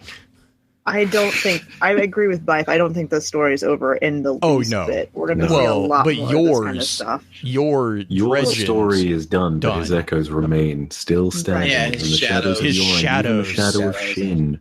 His shadows are legion. It's going to be interesting to see what they do with it in D2 for sure. Well, because, and so this story is besides Thorn getting the quest for Thorn, this story has no impact on the gameplay at all, except for that one gun. That's it. And it's two guns I could literally care less about, but it's the most important story in the entire game to me. And there's something fundamentally screwed up about that to me. I love the last word. You can just shut it.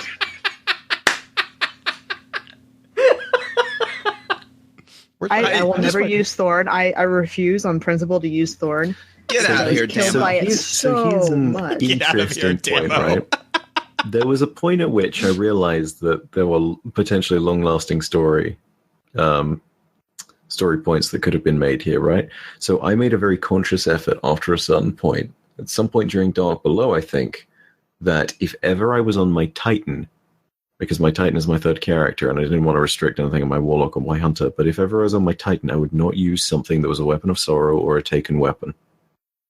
And to this day, I've not done that. Quite literally, when I raid on my Titan... So he's being a pure light.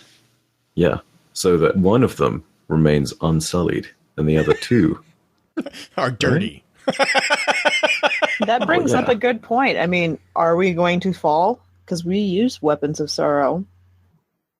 No! Okay, no, because Green makes a really good point here, right? Green makes a really good point. Yeah. Okay, so, Thorn 5. Go ahead and check that card out, right? What does it say in that card? Very specifically, there is a note saying, we have tamed the sickness, broken it with unwilling sacrifice. What is the final step of the Thorn quest? It's to kill Xior the Unwed. That is how you get Thorn. That is how you unbind it. We have tamed the sickness.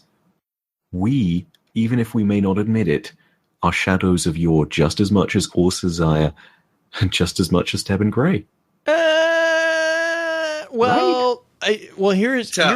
the reason I kind of disagree. And Damo was telling, we had this conversation with Damo when we read the new Thorn cards. Is he made a really good point. The Thorn 5 card actually calls out the fact that they are the weapons of sorrow, not their guns. So it actually says, Thorn 5, the others misunderstand. We are the weapons of sorrow, living and free, the hated heroes of this broken age. Because see, that's where when they say all we have to do is listen, the secrets are a gift, its gift is our evolution. And so that's where I would say they kind of take a step beyond what even Azir or Yor did. Was they didn't just craft a thorn, they made themselves a thorn. Do you want to build a thorn, man? Oh God. Oh my God. Why do you have to ruin it, Justin? There's a heavy conversation going, and then Justin comes in. Do you want to? I mean, think of that, right? A weapon of sorrow, quite literally. Hive magic's twisting something which is humanity. Oh, yeah. Mastery of war. Yeah. That is the definition of a weapon of sorrow. If you then take a guardian, there is even a Titan crest plate that talks about how back in the day it used to be the phalanx. Then it was the carrier or the aircraft carrier. Then it was the ICBM. Now you are the most advanced contemporary warfare system. Guardians are weapons. And it if you also look at binds into the ideas that Osiris has about, well, what if Guardians are made specifically not to question and just to fight? What if they are just weapons without any consciousness? which then remember what we were talking about with Necrochasm is a guardian weapon that was tainted through Hive works, and that's where you kind of like you start seeing weapons of sorrow not necessarily as individual weapons. No, they're kind of like Trojan horses in the sense that they are given to the guardians in a similar fashion to the Ahamkara. They worm themselves into a deal with the wielder. I mean, you see this with Necrochasm. I see what you did there. Yeah. Yes. Yes. But you see it with Necrochasm, even Husk of the Pit. Husk of the Pit is Husk of the Pit is when you start kind of it starts whispering, and then when it turns into I think it's the Eidolon Ally, is when the ghost is it says the ghost refuses to do anything, but you think it wants to be your friend. I'm like, the gun is talking to you. This is not and that's not anything specifically unique. We have guns who can basically pilot ships that are not special. Well, for us, they're not special. They're uncommon guns, but they have basic AIs in guns. But this is not an AI. This is like a supernatural force. And then Green, I know you kind of were talking about with the mortal rings from the Rings of Power from Tolkien. Damo had that. Go on. Okay, so Damo relates the idea that the weapons of sorrow, or that Thorn in particular, is the Lord of the Rings rings, the Rings of Power. I actually take that one step further, because some of the Rings of Power actually imbue you with massive power. Think of Galadriel and some of the others, the Elven Lords that had it. I think all the Elven rings do. But then you go into the mortal ones, and they don't actually give them power per se. It just connects them to the Dark Lord. So I would say that this is more like the mortal rings from the Lord of the Rings, rather than all of the Rings of Power. But that's just that's Damo and I kind of tag teaming off of each other.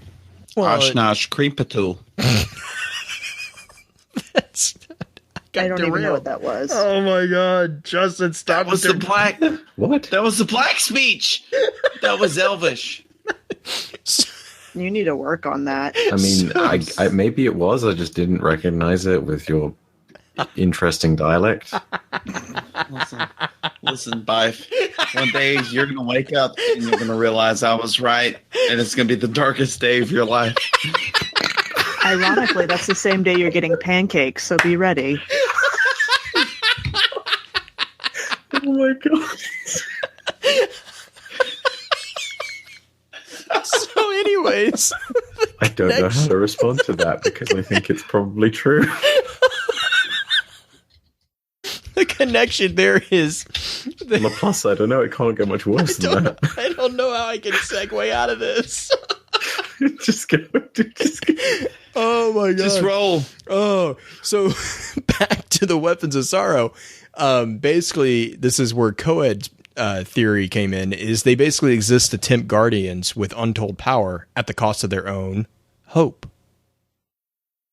which is where Thorn is. And that kind of also then ties into the idea of Crota's influence and all that, because we have the Crota being called the Eater of Hope by the Hunger of Crota rocket launcher.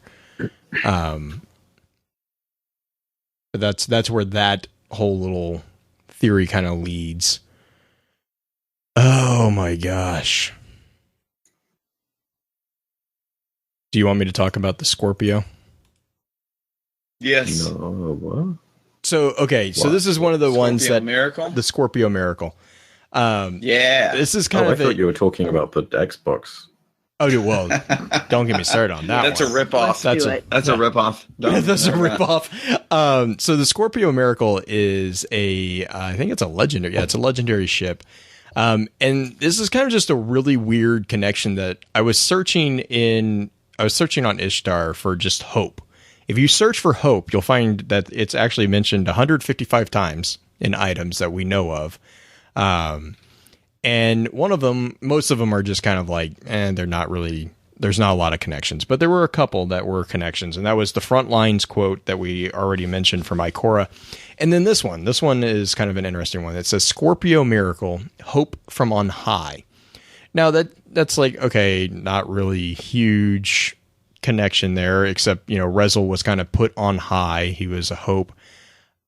Until you start looking into what the Scorpio symbol is. And this is kind of tying into the astrological significance of the Scorpio signal or sign.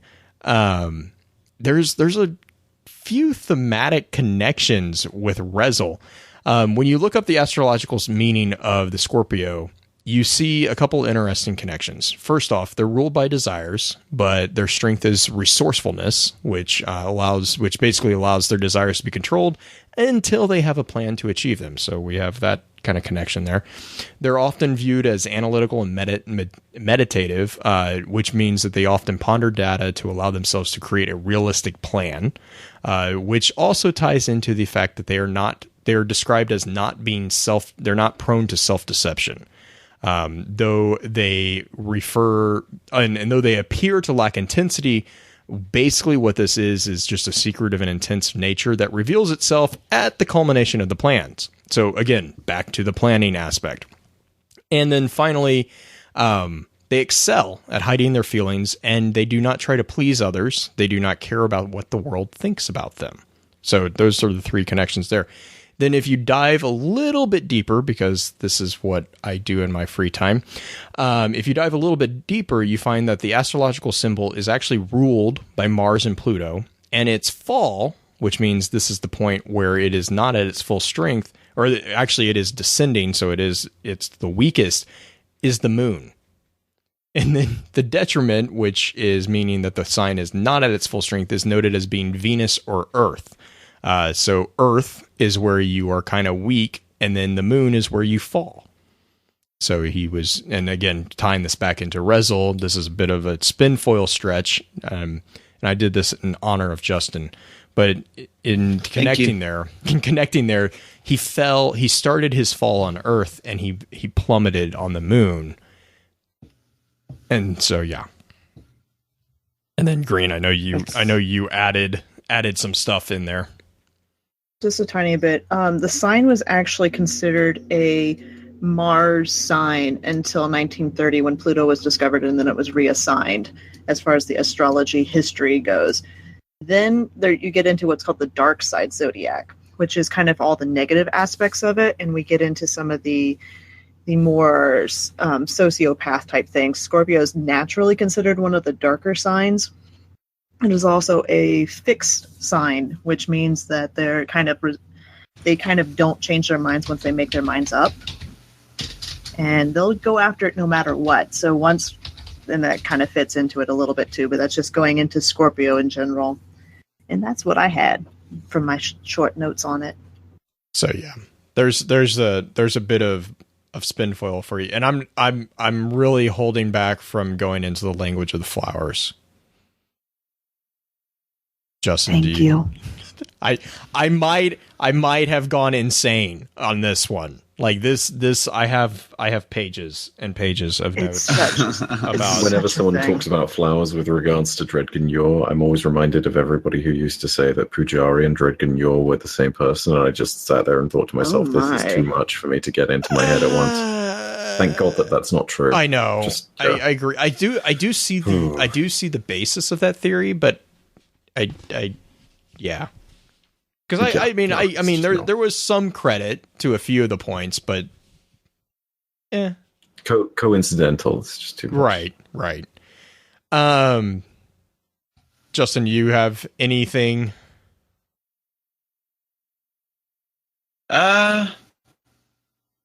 No. Okay, No, good. I So we're think, going to talk about language of the flowers.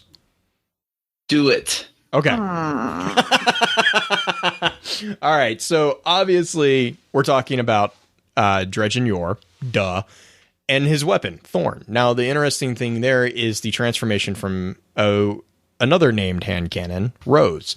There is a very, very, very cool tangent by Kex, who actually connects the first curse and Rose, which I'll link as well. But really quickly, language of the flowers, and I know Byf is, I know this is difficult for you because I think, what is it, 6:30 for you? So I'll make this. It's pretty late. Okay, I'll make this real quick. Language of the flowers. No, you won't. No, I'll try. I'll try really hard. Language of the flowers is a cryptological form of communication that was used via flowers and their arrangements. This thing has been going on for thousands of years. You see it in the Hebrew Bible with the Rose of Sharon, all the way into like Shakespeare's plays. The interest, though, in what's called floriography exploded in 19th century Victorian England and the United States. This was really due to what's often understood as the social restrictions in public, which basically dictated what was appropriate to speak about. So people would use things called nosegays or tussy-mussies, which are basically very small arrangements of flowers that were worn as an accessory. And these were used to communicate with one another about topics which were at that time considered highly taboo, which is where often you kind of get the idea that the language of the flowers is usually a romantic language or a something that is kind of, it's not appropriate to actually say out loud. That's kind of where that thought comes from. You see publications on this as early as 1809, from Joseph Hammer Pugstall's Dictionnaire de Language des Fleurs, and even the really big publication by an individual who went by a pen name of Madame Charlotte de la Tour in 1819. And then in the United States, you basically have the Old Farmer's Almanac as well, which is one of the publications that is still in process. But to kind of narrow this down even more, the rose holds a huge number of meanings within this language. You range from coloration to the specific breed, I guess, of rose. And the note here too is that the display of the flower is also very significant. Just, how you show this flower or how you gift this flower to someone. A bouquet would be something much different than a single flower. An example of this is a full-blown rose laid over two buds would translate into secrecy, which would then later be later defined by the type of bloom that was being shown, and that would be understood that message was meant to be a secret. So, like if you gave someone a rose that was indicative of love at first sight, it would be a secret love at first sight to that individual. So I was talking to Rhino about this, because we have an artifact. We have Dredgen Yor's rose, and that is an actual rose. Where I jokingly call it the radioactive cabbage because it kind of looks like that. But Rhino actually made the point that he kind of looked at it as what's called a checkmate rose or a freedom rose. And we kind of got into a little bit of a discussion there because it depends on the life cycle of the flower as well. It gets really detailed. But anyways, the checkmate rose is really interesting because the basic meanings of this within the language of the flowers is respect, passion, and love. And basically, to build on that, the name of the rose is a tribute to a game position in chess, which checkmating the opponent wins the game.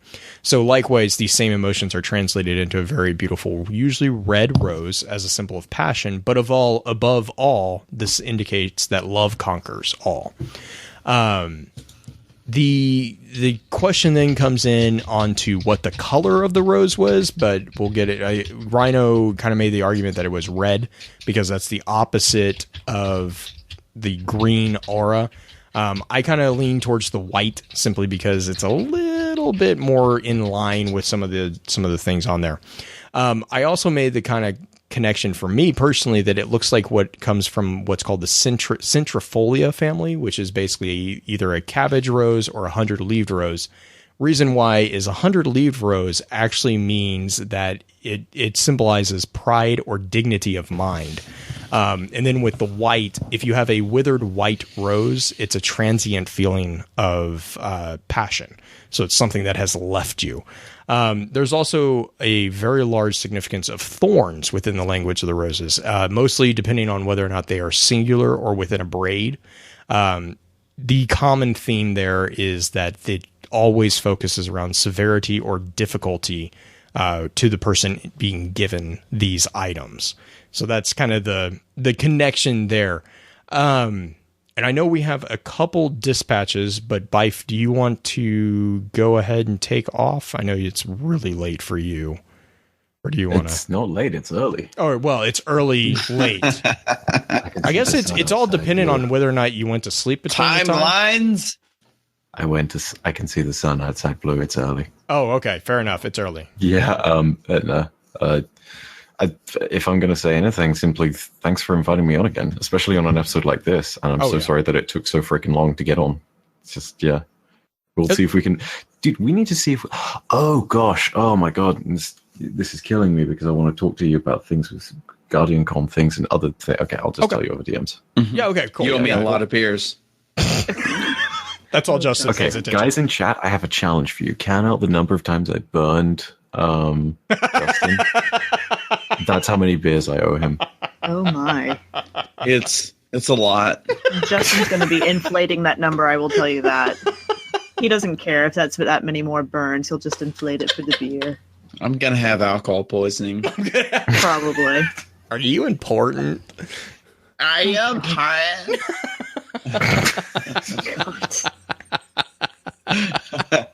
It speaks. Thank you. Yeah. Thank you, Byf, for joining us and summarily dismissing me on numerous occasions. You know, I enjoy having you on. You're my bro. Yes, you're like, bro. Yeah, you get to pick your friends, but your family you're stuck with. That's how I feel about. But you, I'm just stuck with you. Mm-hmm. Stuck in the middle with you.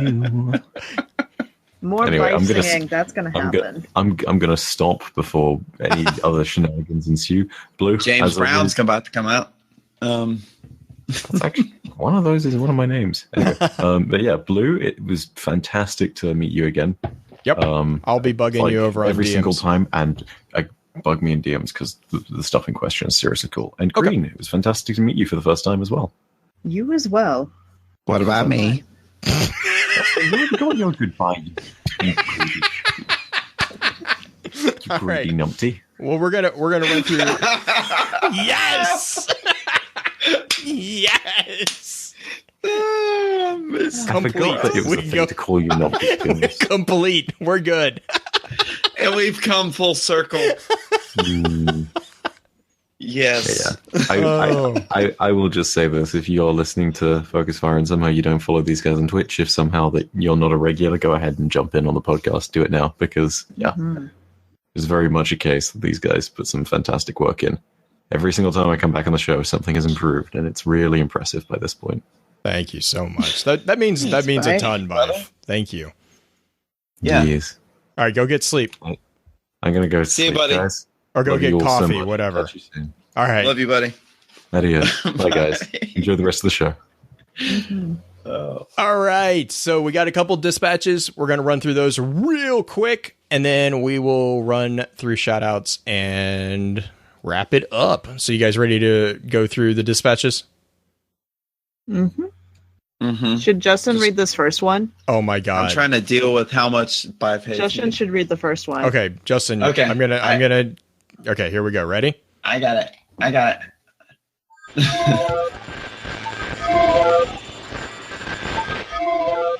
Dispatches from the wilds.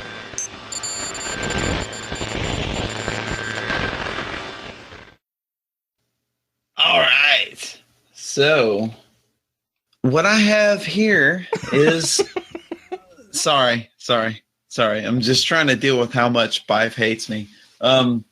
It's only through love. You know that, right? I've come to terms with it. The first dispatch from the wild is from Redneck Ma, or as you know him, Ma. And so, hi FFC. He even says it in the email. And I'm gonna say it the same. Hi FFC. It's Ma. Here. I just wanted to email in on this topic because I don't have many theories that I hold on to real tight in Destiny. The one that I do hold on to is that we are not our ghost's original companion, but that our ghost was once with the infamous Yor. That is all. Keep up the fantastic podcasting. Love, Yor. Ma. Oh, yeah. Ma. Oh, God. Oh, my God. So do you want to take it on? I'll take the next one too. No. So take that the one. Next what do you think about that no. one? The answer. Oh, what do I think about Moz? Oh, that's Spinfoil. That's kind of you. Mm-hmm. That's actually a very good take on it. It actually kind of falls in line with my whole train of thought on the whole Dregden Yor, Shin Malfour, Jaren Ward storyline. Is that it is a central storyline, even though it seems like a very ancillary thing on the side, and it doesn't really seem like something of much importance at times. And I know at times during like Dark Below and House of Wolves, it seemed like this cool little story that was going to be lost to obscurity. But I very much think that Shin Malfour is a central character in what is going to become the story of this game, and that any theory about a central recurring theme running through that storyline, I'm way behind. So that was a really roundabout way of me saying, yeah, redneck, good theory. God, Byf's got me all on my B game because I'm sorry. I just got the doom of chiclets. Someone made that. I didn't. I know. That's what actually makes it even better. Is I can't even be mad at you for making it. Oh my God. Okay. Did you see the flavor text? Yes. That's what. I'll read it in my shout outs. Don't worry. Oh my gosh. Good. All right. I'm going to take the next one because it was kind of a conversation I had with him. This is from Taylor B. And he says, "Hey, Blue, I hope it's cool if I shoot a quick question here before I forget. But I'd be really interested to know the team's thoughts on the possibility that while Rezyl is rather confirmed to create or begin Thorn, as we don't see him turn or transition, do you guys think there is any room for the possibility that the Azir isn't necessarily Yor? I would be inclined to agree that they are one and the same. However, some things about Yor's actions, I think, could lead to the idea that he's rather a fallen apprentice of Azir. In particular, when he returns the last word to Jaren's ward, I like how he did that, Shin. The sense of respect he had towards ceremony and ritual seemed rather uncharacteristic of Azir, who all throughout his cards seemed to eschew convention. Then there's the prior to that and his conversation about whether or not people went to the moon. If I recall correctly, he never says he goes, he just alludes to knowing better. The more I think about the character of Yor and I try to fit him inside the outline of Azir, I realize many of the distinguishing characteristics of Azir found in Yor could work in equal parts on someone 1 degree separated from Azir. Thanks." That would be a heck of a M. Night Shyamalan twist to the whole thing. Right? Shamalama ding dong. That's what I was thinking. Goodness. I mean, it's theoretically possible. The only thing that I would argue against that is the fact that we see Rezyl have these dark thoughts and starting the fall very early. And that, I mean, he could be one removed, but why would he have the thorn? Why would he have all the rose references still thrown in there? I don't know. It's a hard one to actually like solidify Yeah, and It's an interesting spirit theory. Oh, no, it's a really good one. I think the thing that kind of defeats it in my mind is actually the Thorn 3 card. Because you see, and it's kind of in what you're saying too. There's a lot of similarities in the language there, because you get a mention, I believe that's where you also get a mention of like the afterthought of nobility. Your ghost, your connection to the connection that the ghost makes to nobility led you down this path, and it wasn't, and it's like, and then he starts talking about, oh no, my prize was this.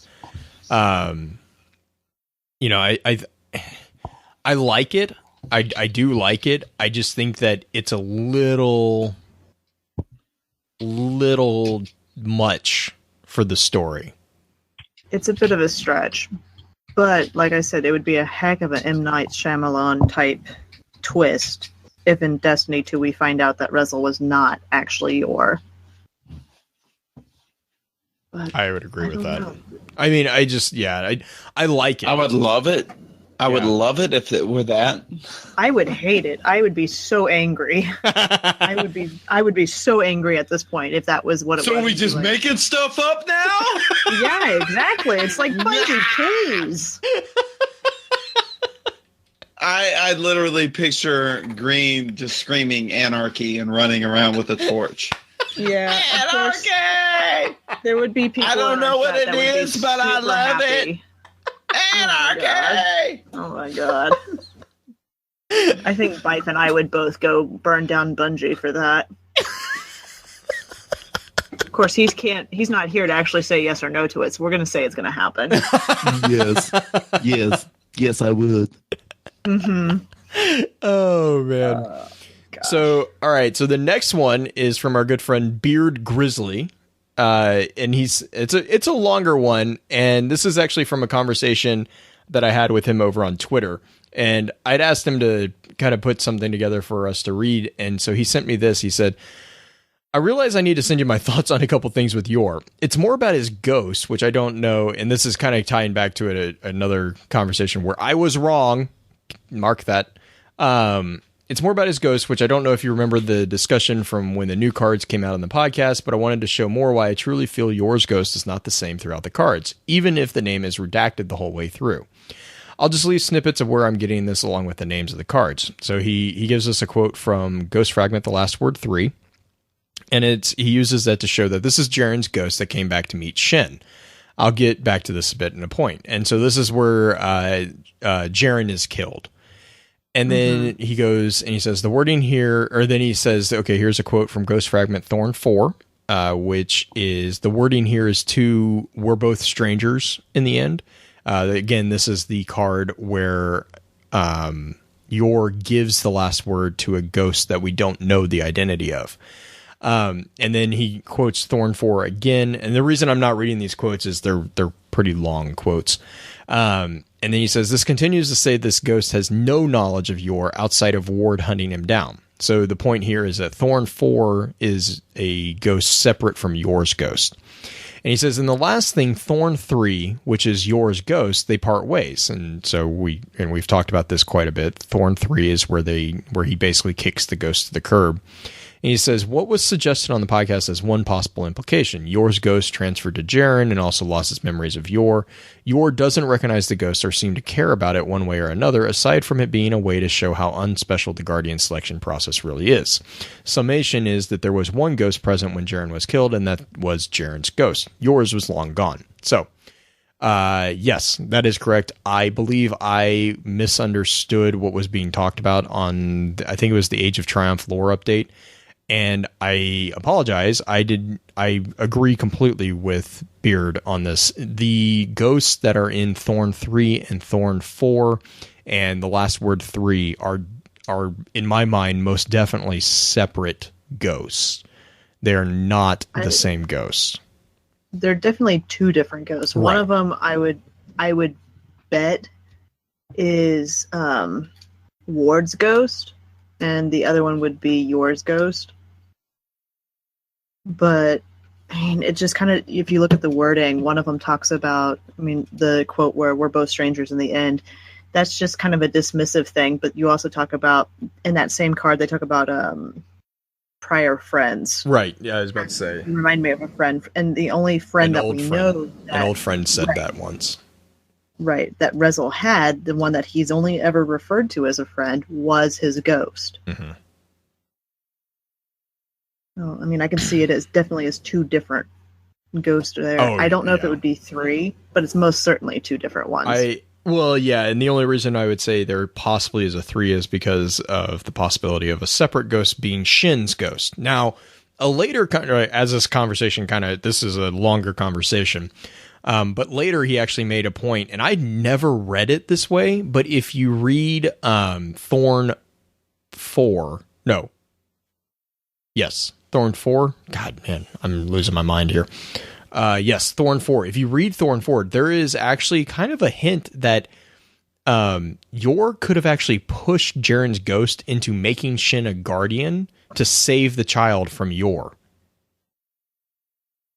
I was like, he made that point, and I was like, what do you? Because he was saying, he was like, yeah, when Yor was making the point of pushing the ghost, or he made the point of disproving that guardians had to be dead, and I was like, what? He's like, if you read Thorn 4, read it and then kind of think about, he threatens Shin. He threatens the child. And the ghost gets very defensive about the charge of Shin. And there is this kind of like this tension going on. And Beard's point is that it kind of could be read that Yor actually kind of inadvertently pushed this ghost into going to make Shin a guardian, which, we talked about with Byf earlier. That would mean that he was alive and he was made into a guardian. Well, he literally says, give the apprentice his master's sword. It's a gift. I mean, he had the last word in his hand, and he gave it to the ghost to give to the child. Yeah, and then the ghost he makes the point, or the ghost makes the point of like, you're trying to get him to come after you. And he's like, yeah. You're feeding his anger. The Star Wars. This is the Star Wars card. I love it. Yeah. Mm-hmm. Do you want to take the next one? Sure. This one comes from Rhino. Notes on Rezel. First, let me preface this. Rezel as a class is a moot point. Labeling his actions as Titan or Hunter are merely descriptive since he predates the focused discipline of classes. Since then, we have learned how to hone these paths in going forward as Guardians. These are just some observations about his hand cannon Rose. In the Grimoire Triumphant Fall, Rezel has a few little nods. He fires his gun in a fanfire method like Cade has been spotted using in the new D2 trailer, and for which the last word is known for, but there's one key difference. Rezel shoots his Rose in rapid 6-shot succession and is noted as feathering his trigger. Even in the card War Without End, he only fires 6 shots. In Fanfire, feathering a trigger is a faster method of firing. It is achieved by anticipating the hammer drop and pulling the trigger right after as soon as possible. This can even be assisted with shortening the trigger's travel distance on the gun itself. For example, hair triggers. He described graphing the bones of his victims, Zyor's betrothed, to his hand cannon Rose. This means within the hive bones, a devouring essence lays dormant, ready to whisper poisonous thoughts that corrupt the mind and liberate its host to a new understanding. The images of Thorn and its ornaments show its true nature underneath. And Rose of Acid, which is one of the ornaments you can attach to it to change the look of the gun. The gray gunmetal steel has been washed in a corrosive acid, showing this bone underneath. On Rose of Corruption, it has been imbued with a hive devourer essence and even shows new growth protruding. Gotta love Rhino in the gun imagery. Oh my gosh, I love the point that he made about the ornaments. Mm-hmm. Like, oh. As far as how many shots he shoots, there's only one card where he talks about shooting, and that's the card that Justin and Byf actually read. No, and he only fires. Oh well, right? Rose. He fires Rose in the Triumphant Fall. Right. in the Triumphant Fall. But this one, that's where, in Rose, that's where it talks about the 6 shots. But in the Bandit one, he only fires 4 times total, 3 first in succession, which is the normal sound that you get for the thorn in the sound clip, and then a single shot at the very end. Yeah, which was 3 shots because I was playing a sound clip that I grabbed real quick. Right. Yeah, but everyone knows Shin shot him twice. 3 times. Shin shot first. No, Shin And shot. second. This is just like Han Solo. Han shot. He didn't shoot first. He just was the only one who shot. It blew. That was the point. Okay. I made a reference. Okay. Oh. But yeah, the imagery of the new ornaments for it, I want to go back and look at those a little bit closer now because of that, because I've never really paid much attention to the ornaments because I don't generally put them on. Mm-hmm. That's interesting to see the bone itself. Yeah, good stuff. And then we have an awesome submission dispatch from Captain Kex for the win. And it's about 7 pages, so I'm not going to read it, but it is basically the presentation of the theory that first curse is Thorn. And Okay, so I know this was a huge thing in chat earlier tonight because that was all that chat was talking about when we first started the show. Oh, okay. So are we going to link this? Oh, yes. I'm going to link this. Good. This is amazing work. Kex is also he's the one that put together the image that I had linked a while when we did this conversation the first time, where he actually took Thorn and then he took First Curse and actually overlaid the images with each other. And they match up nearly perfectly. So yeah, I don't know if he has the image embedded in there, but I will see if I can find it if it's not.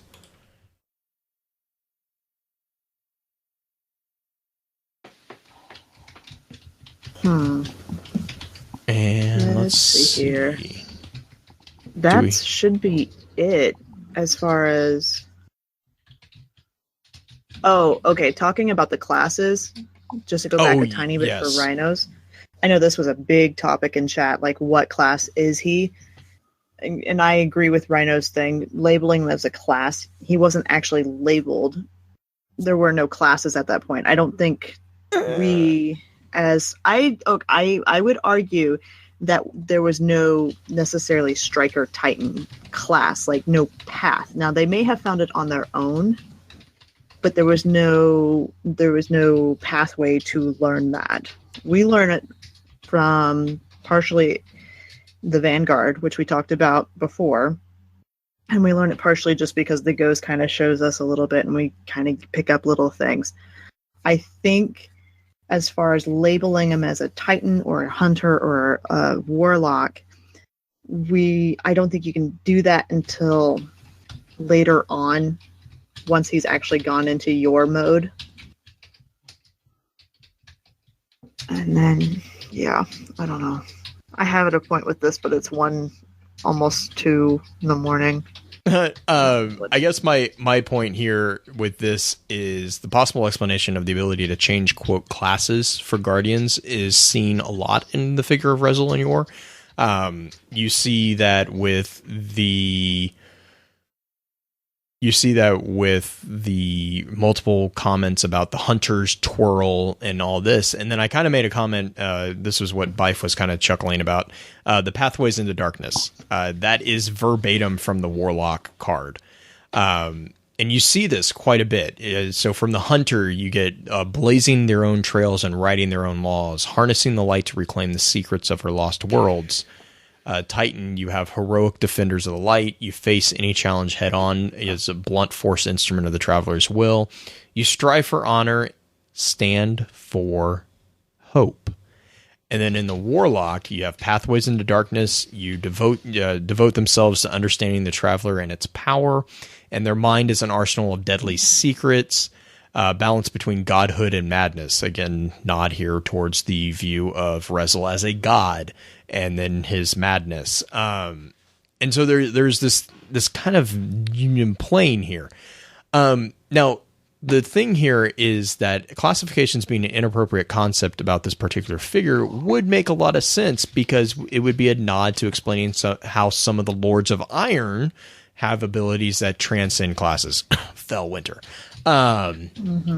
Fellwinter's famous shoulder charge and then snapping the neck of the warlock or the warlord with the void, which is not an ability that we have. He basically force chokes him. But the question that I keep coming back to is, how does this align with the description of classifications of the Guardians or even the Risen as being not a discipline as much as being a philosophical paradigm in which the Guardian card kind of details? And it says, while these abilities, the abilities being the channeling of light, while these abilities rise from within, Guardians master their power in different ways. Titans understand the light as a force to hone through practice and strict discipline. Hunters roam and explore in order to learn, using dangerous methods to survive the wilds. And Warlocks study the light and its inner mechanisms, confronting unfathomable mysteries in the search for transcendent might.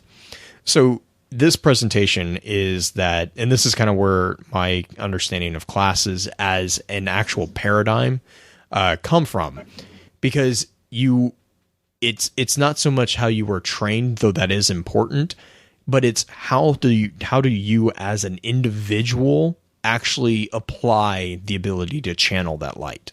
That's what determines what class you are. If you look at it as something that needs to be understood through discipline, you're going to align more with the Titans. If you're more of an individualistic who's kind of blazing their own trails, it's going to be a hunter. If you're looking at something that, you want to understand what exactly it is, that's where the Warlock comes in. And so that's kind of where that understanding is. It's not something that you can train your brain to do. It's something that's just inherently in your person, which, if that's the case, though, that also can explain how Rezel actually does transcend classes, because you could argue that by the personality, right, through the corruption, he could have started off as a Titan, but because he was corrupted, his paradigm shifted in the way that a paradigm is the way an individual views the world and actually acts in the world. That is how the world operates, the rules of reality for that individual. And so in his corruption, his view of the world could have changed. He could have transcended and become, he was originally a Titan. He was a heroic defender. He strove for honor. He stood for hope. And then he got corrupted, and he kind of started blazing his own trail and writing his own laws.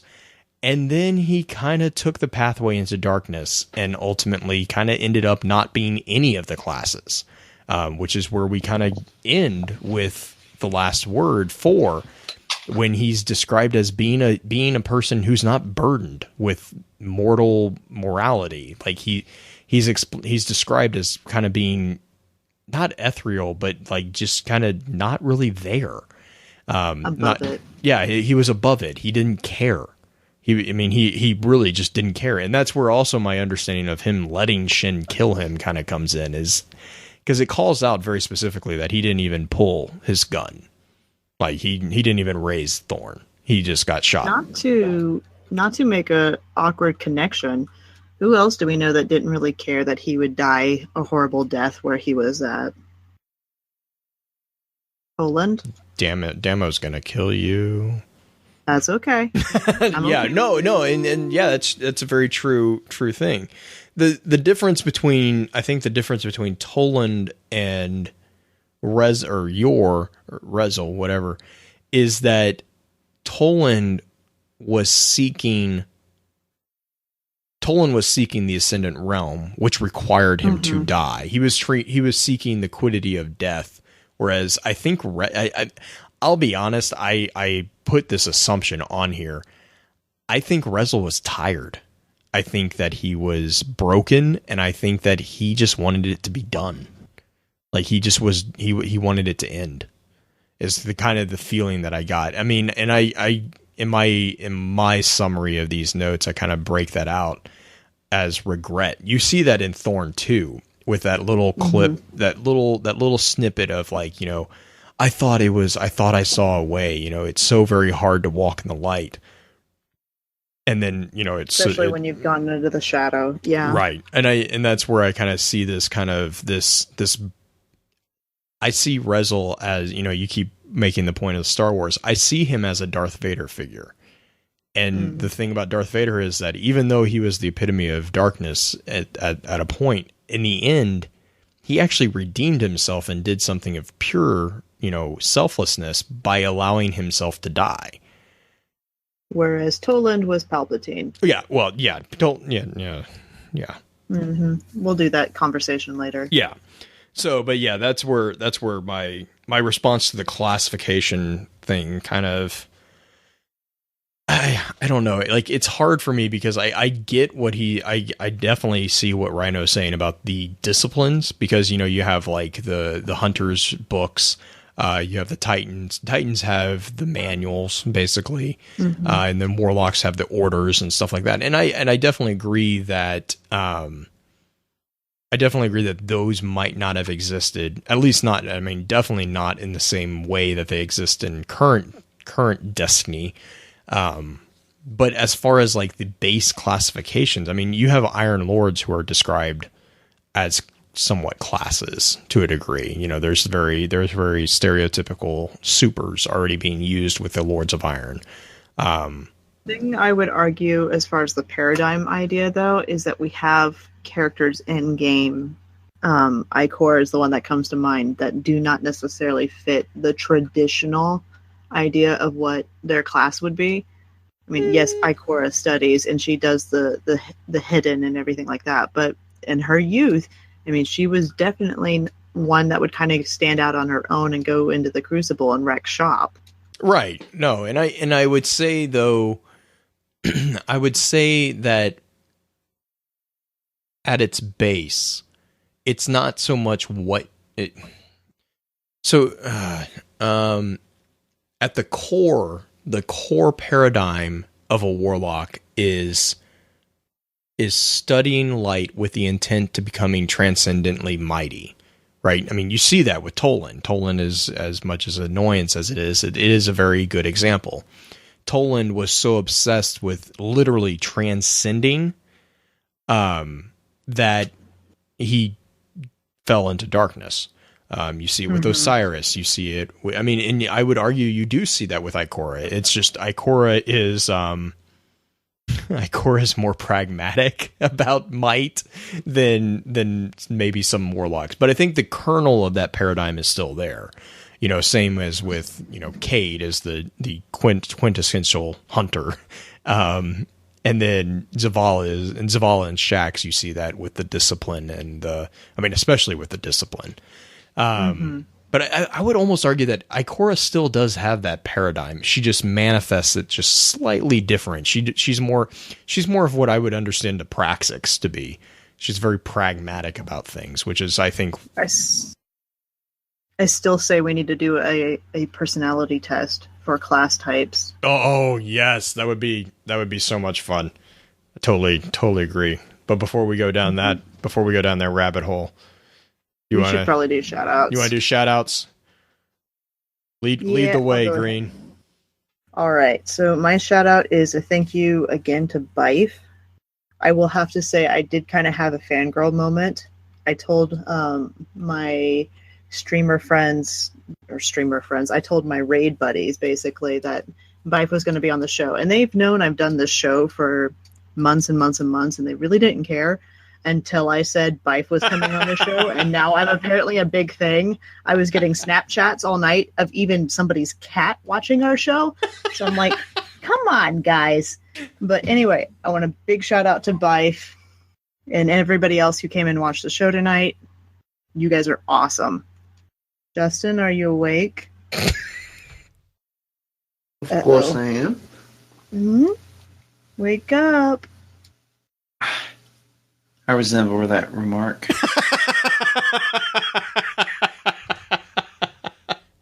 What shout outs you got, bud? Oh, shout outs this week.